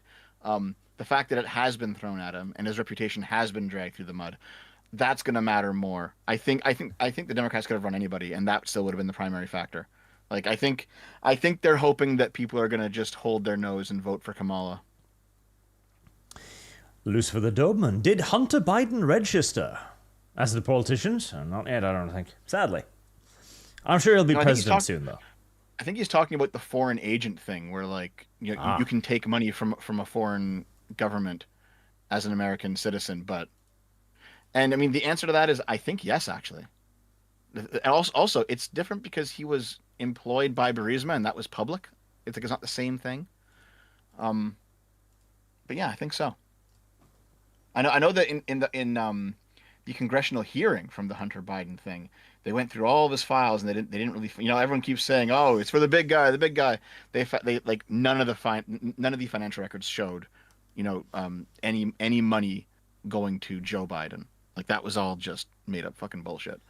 But yeah, I think it's because he was living in Ukraine at the time, and he was a CEO at that company. That it's different than money coming into the United States through people who haven't registered and then hiring Americans in America. You know what I mean? It's not like a situation. It's not the same situation. I don't know. Sounds like cope, Dev.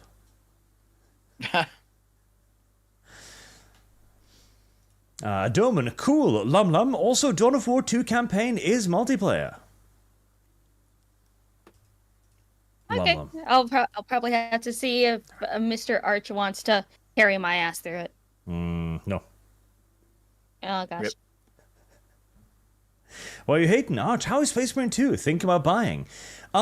It's fine. It's nothing special. Like, with winter sales right around the corner, I'd recommend just holding out a little while longer, and you'll probably get it 25% off. But it's not bad. It's a good game. The only real issue is that it's being sold as a full price game. Yes. But the story mode's only 8 hours long. And it's not really finished. Like, they've already got the roadmap with the DLC and stuff, so it's an early access product in essence. Mm-hmm. Noah Gooder also says, AI also sucks at making furry and brony art most times. Well, that is a tragedy. I don't know how I'll live without it. And Zero, did Lum Lum play Dawn of War 1 Soulstorm? I loved that one. I have not, because no one bought me Dawn of War 1. Someone bought me Dawn of War 2. So that's what that's all I'm gonna play. And remember, chat, the most strategic video game Lum Lum has ever played was Tetris. No. Fuck off. I'm telling you, start with Pikmin. It's an easy Will you buy intro. me? Will you buy me Pikmin? Do you have a Switch? Yes, I do. Do you stream with your Switch? I can stream with my Switch. Okay, I'll see what I can do. Cool, yeah. Mercenex 21. Steve was attacked in New York, not Rick Dev, and all the money is going to voice acting now since I don't know it was fully funded. Going to voice acting now. I see. Stooge McDuck. Behind in the stream, but Jack Black being edgy in the past. Go back to the first Tenacious D album and look up the lyrics for Kielbasa. Kielbasa. Benjamin Snortkins. They both have Rule 34 now. This is old news. Yes, the internet had to be contrarian about that. Lucas von Karstein. Or Von, who knows? Hey, Art, I send you some minis I painted. Thanks. Defender of Lady Columbia. Art, remember the Bleacher meeting this month? Hyperborea needs brown fives, particularly of the Hal Berry kind. Sorry, lumps, not myelinated enough. I'm sorry, I am the pale variety of Mexican. Not Cough, real huh? Mexican, I see.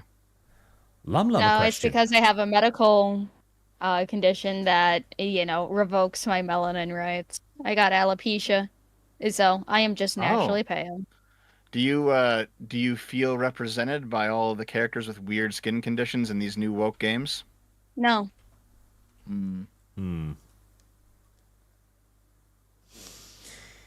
Car Forever says, Lum Lum question. What do you use a punt gun for?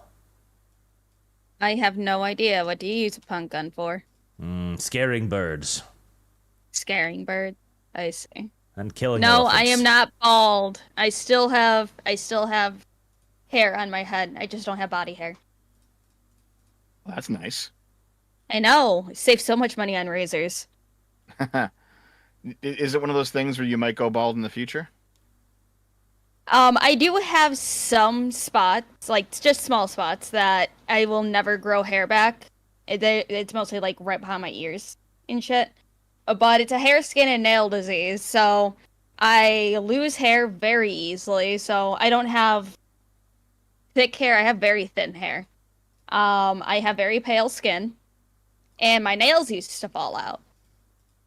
Fall They out. don't anymore. That sounds but inconvenient. They don't anymore. They haven't fallen out of my fingers since I was a kid. I used to be able to just pull them out very easily. Whoa. So, I have actually, funny enough, one of the people who has alopecia is Destiny, and from what I did end up hearing is that he got some injections. I don't know if they're pricey, but basically it grew his hair back. The injections are very pricey, but I don't want needles going straight into my fucking skull either. Yeah.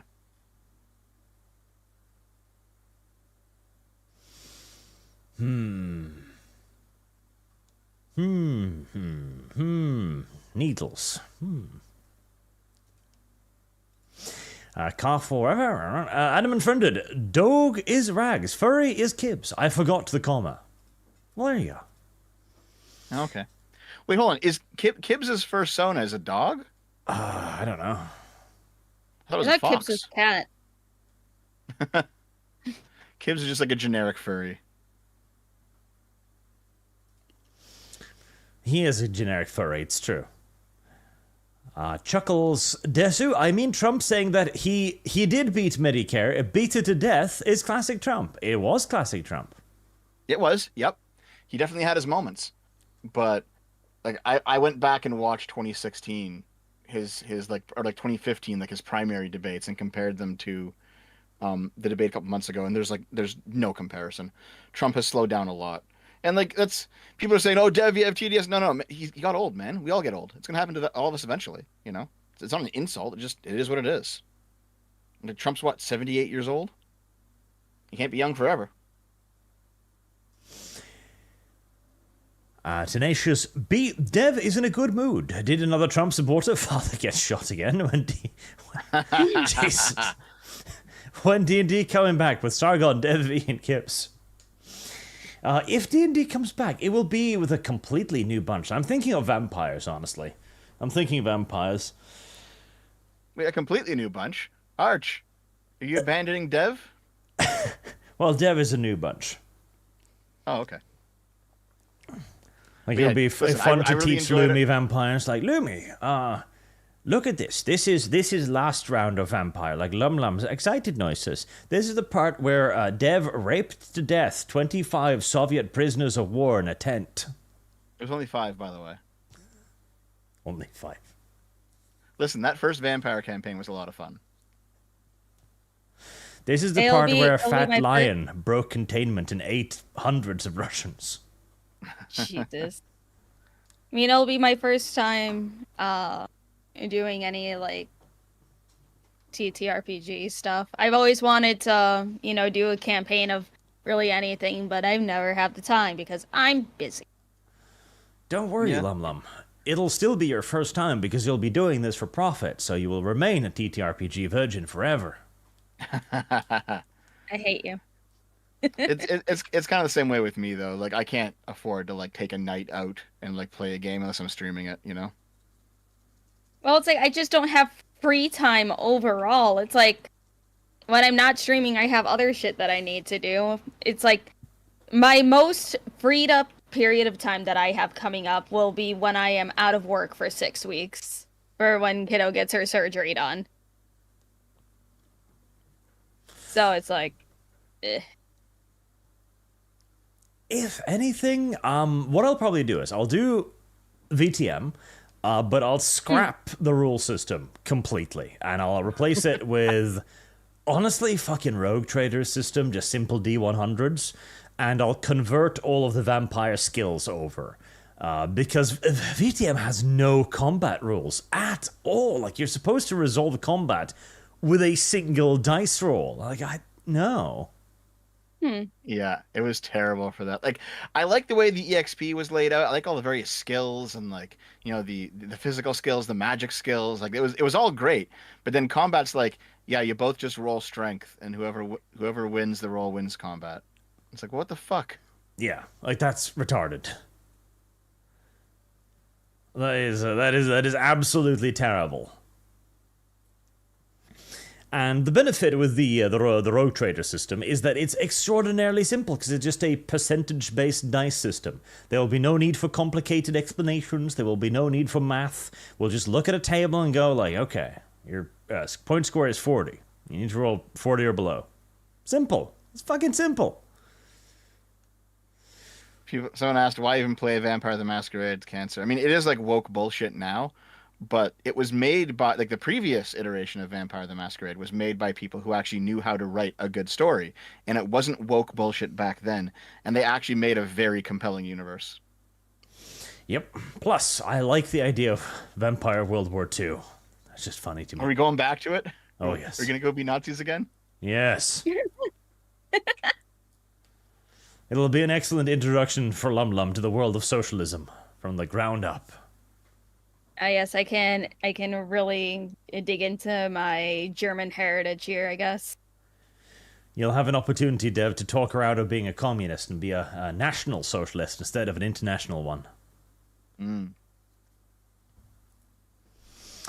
And so the Lich, when there is no government officials around, Dev can't help but lick the leathers in his chair. That's why the armrests are breaking down.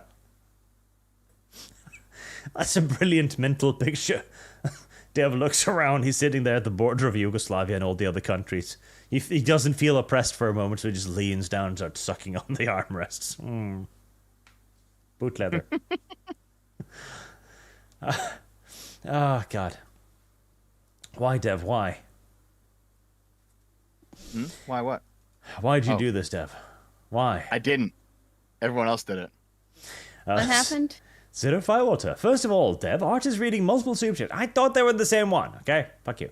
As one, for some reason, it's not schizophrenia. And two, Dev, remember, the left keeps saying Russia interferes in American elections. They do that, Dev. They do that.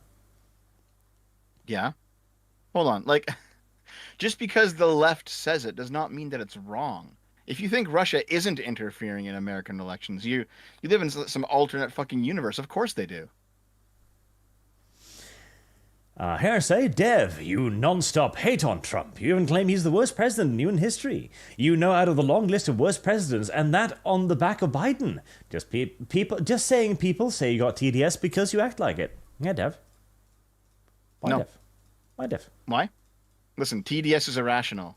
I can rationally explain to you why I think Trump's bad. It's not the same thing. Not all criticism of Trump is TDS. Calm down, guys. Benjamin Snotkins, consider Shadow Dark, Arch. Shadow Dark. Shadow Dark, RPG. Produced in 2024. Don't know about that. Yeah, immediately I see the dates.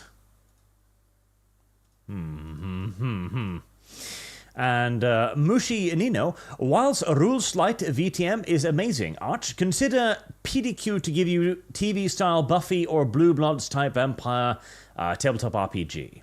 Honestly, World War II vampire is what I would do, because I can add in so much autistic detail to that.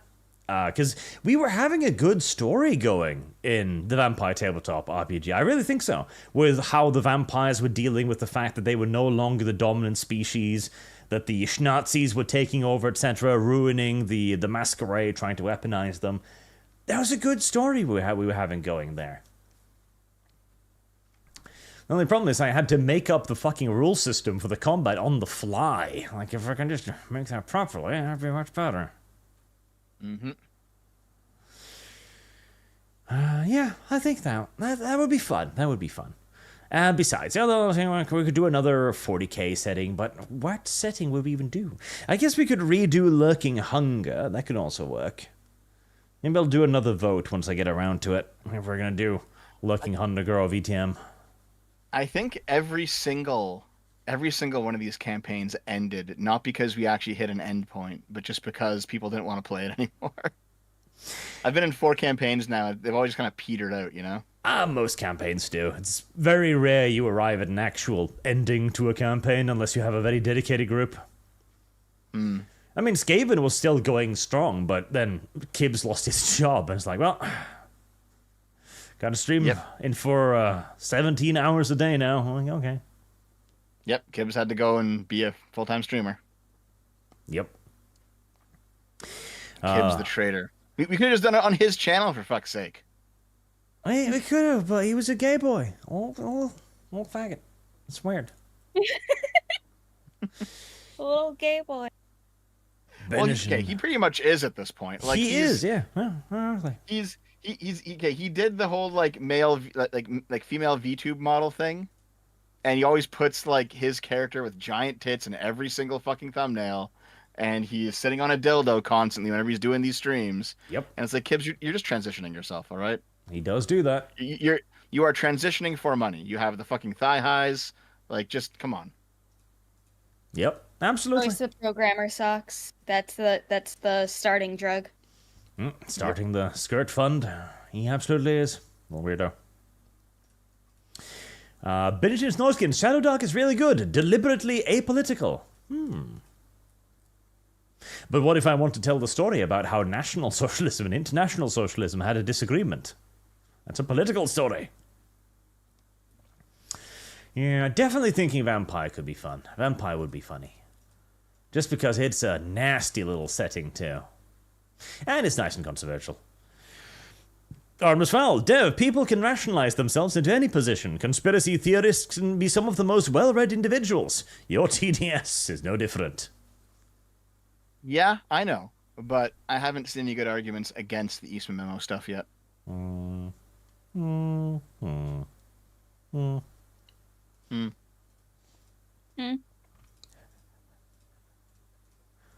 You don't get to start doing that. That's my thing. That's the I am gaslighting Dev, indicating that he's wrong without actually saying anything noise. But I'm right, though. Anywho, that is all the Super Chats for today. Thank you very much, everyone, for watching. Thank you for your generous donations, as always. And I'll see you all again next week. And I do want to set up some kind of D&D again. But I've also got the thing with Sargon that I'm going to be starting soon as well, on Thursdays, probably. God, so much to do. What's that all about? Just like a pseudo podcasty thing where we're gonna do some brain dead content, watching dumb videos, basically like a this week in stupid style stuff. Well, Is that that'd going to be be on his fun. channel? Yep, we're gonna do it on his channel. Oh, no, this channel, Dev. This. Oh, so Arch has going to have 2 podcasts running. Seems like it. And if I'm gonna do a D&D or Vampire, it'll be 3. Yay! Every day. Yay! Who else is joining you for that? Is it just me, you, and Sargon? Well, I'll use Sargaruni's good name and honor to bring on other people. I do think that will be fun. That's No, starting next week? No, not about next week, but soonish. Artemis Fowl, Arch, your VTuber avatar is in the process of being made. You agreed to it. I agreed to I'd use it if I got twice what Kyle did. I haven't seen that check clear. Wow, Dev and his VTuber, not Dev, fucking Arch and his VTuber arc. I can't wait till Dev gets his lolly model. That is in essence, you know Arch is not Dev. I've defined myself by this. Hakapalita, Dev, do you remember that Destiny nuked one of Carl's channels because of JonTron? Is that it? I don't know. That sounds vaguely familiar.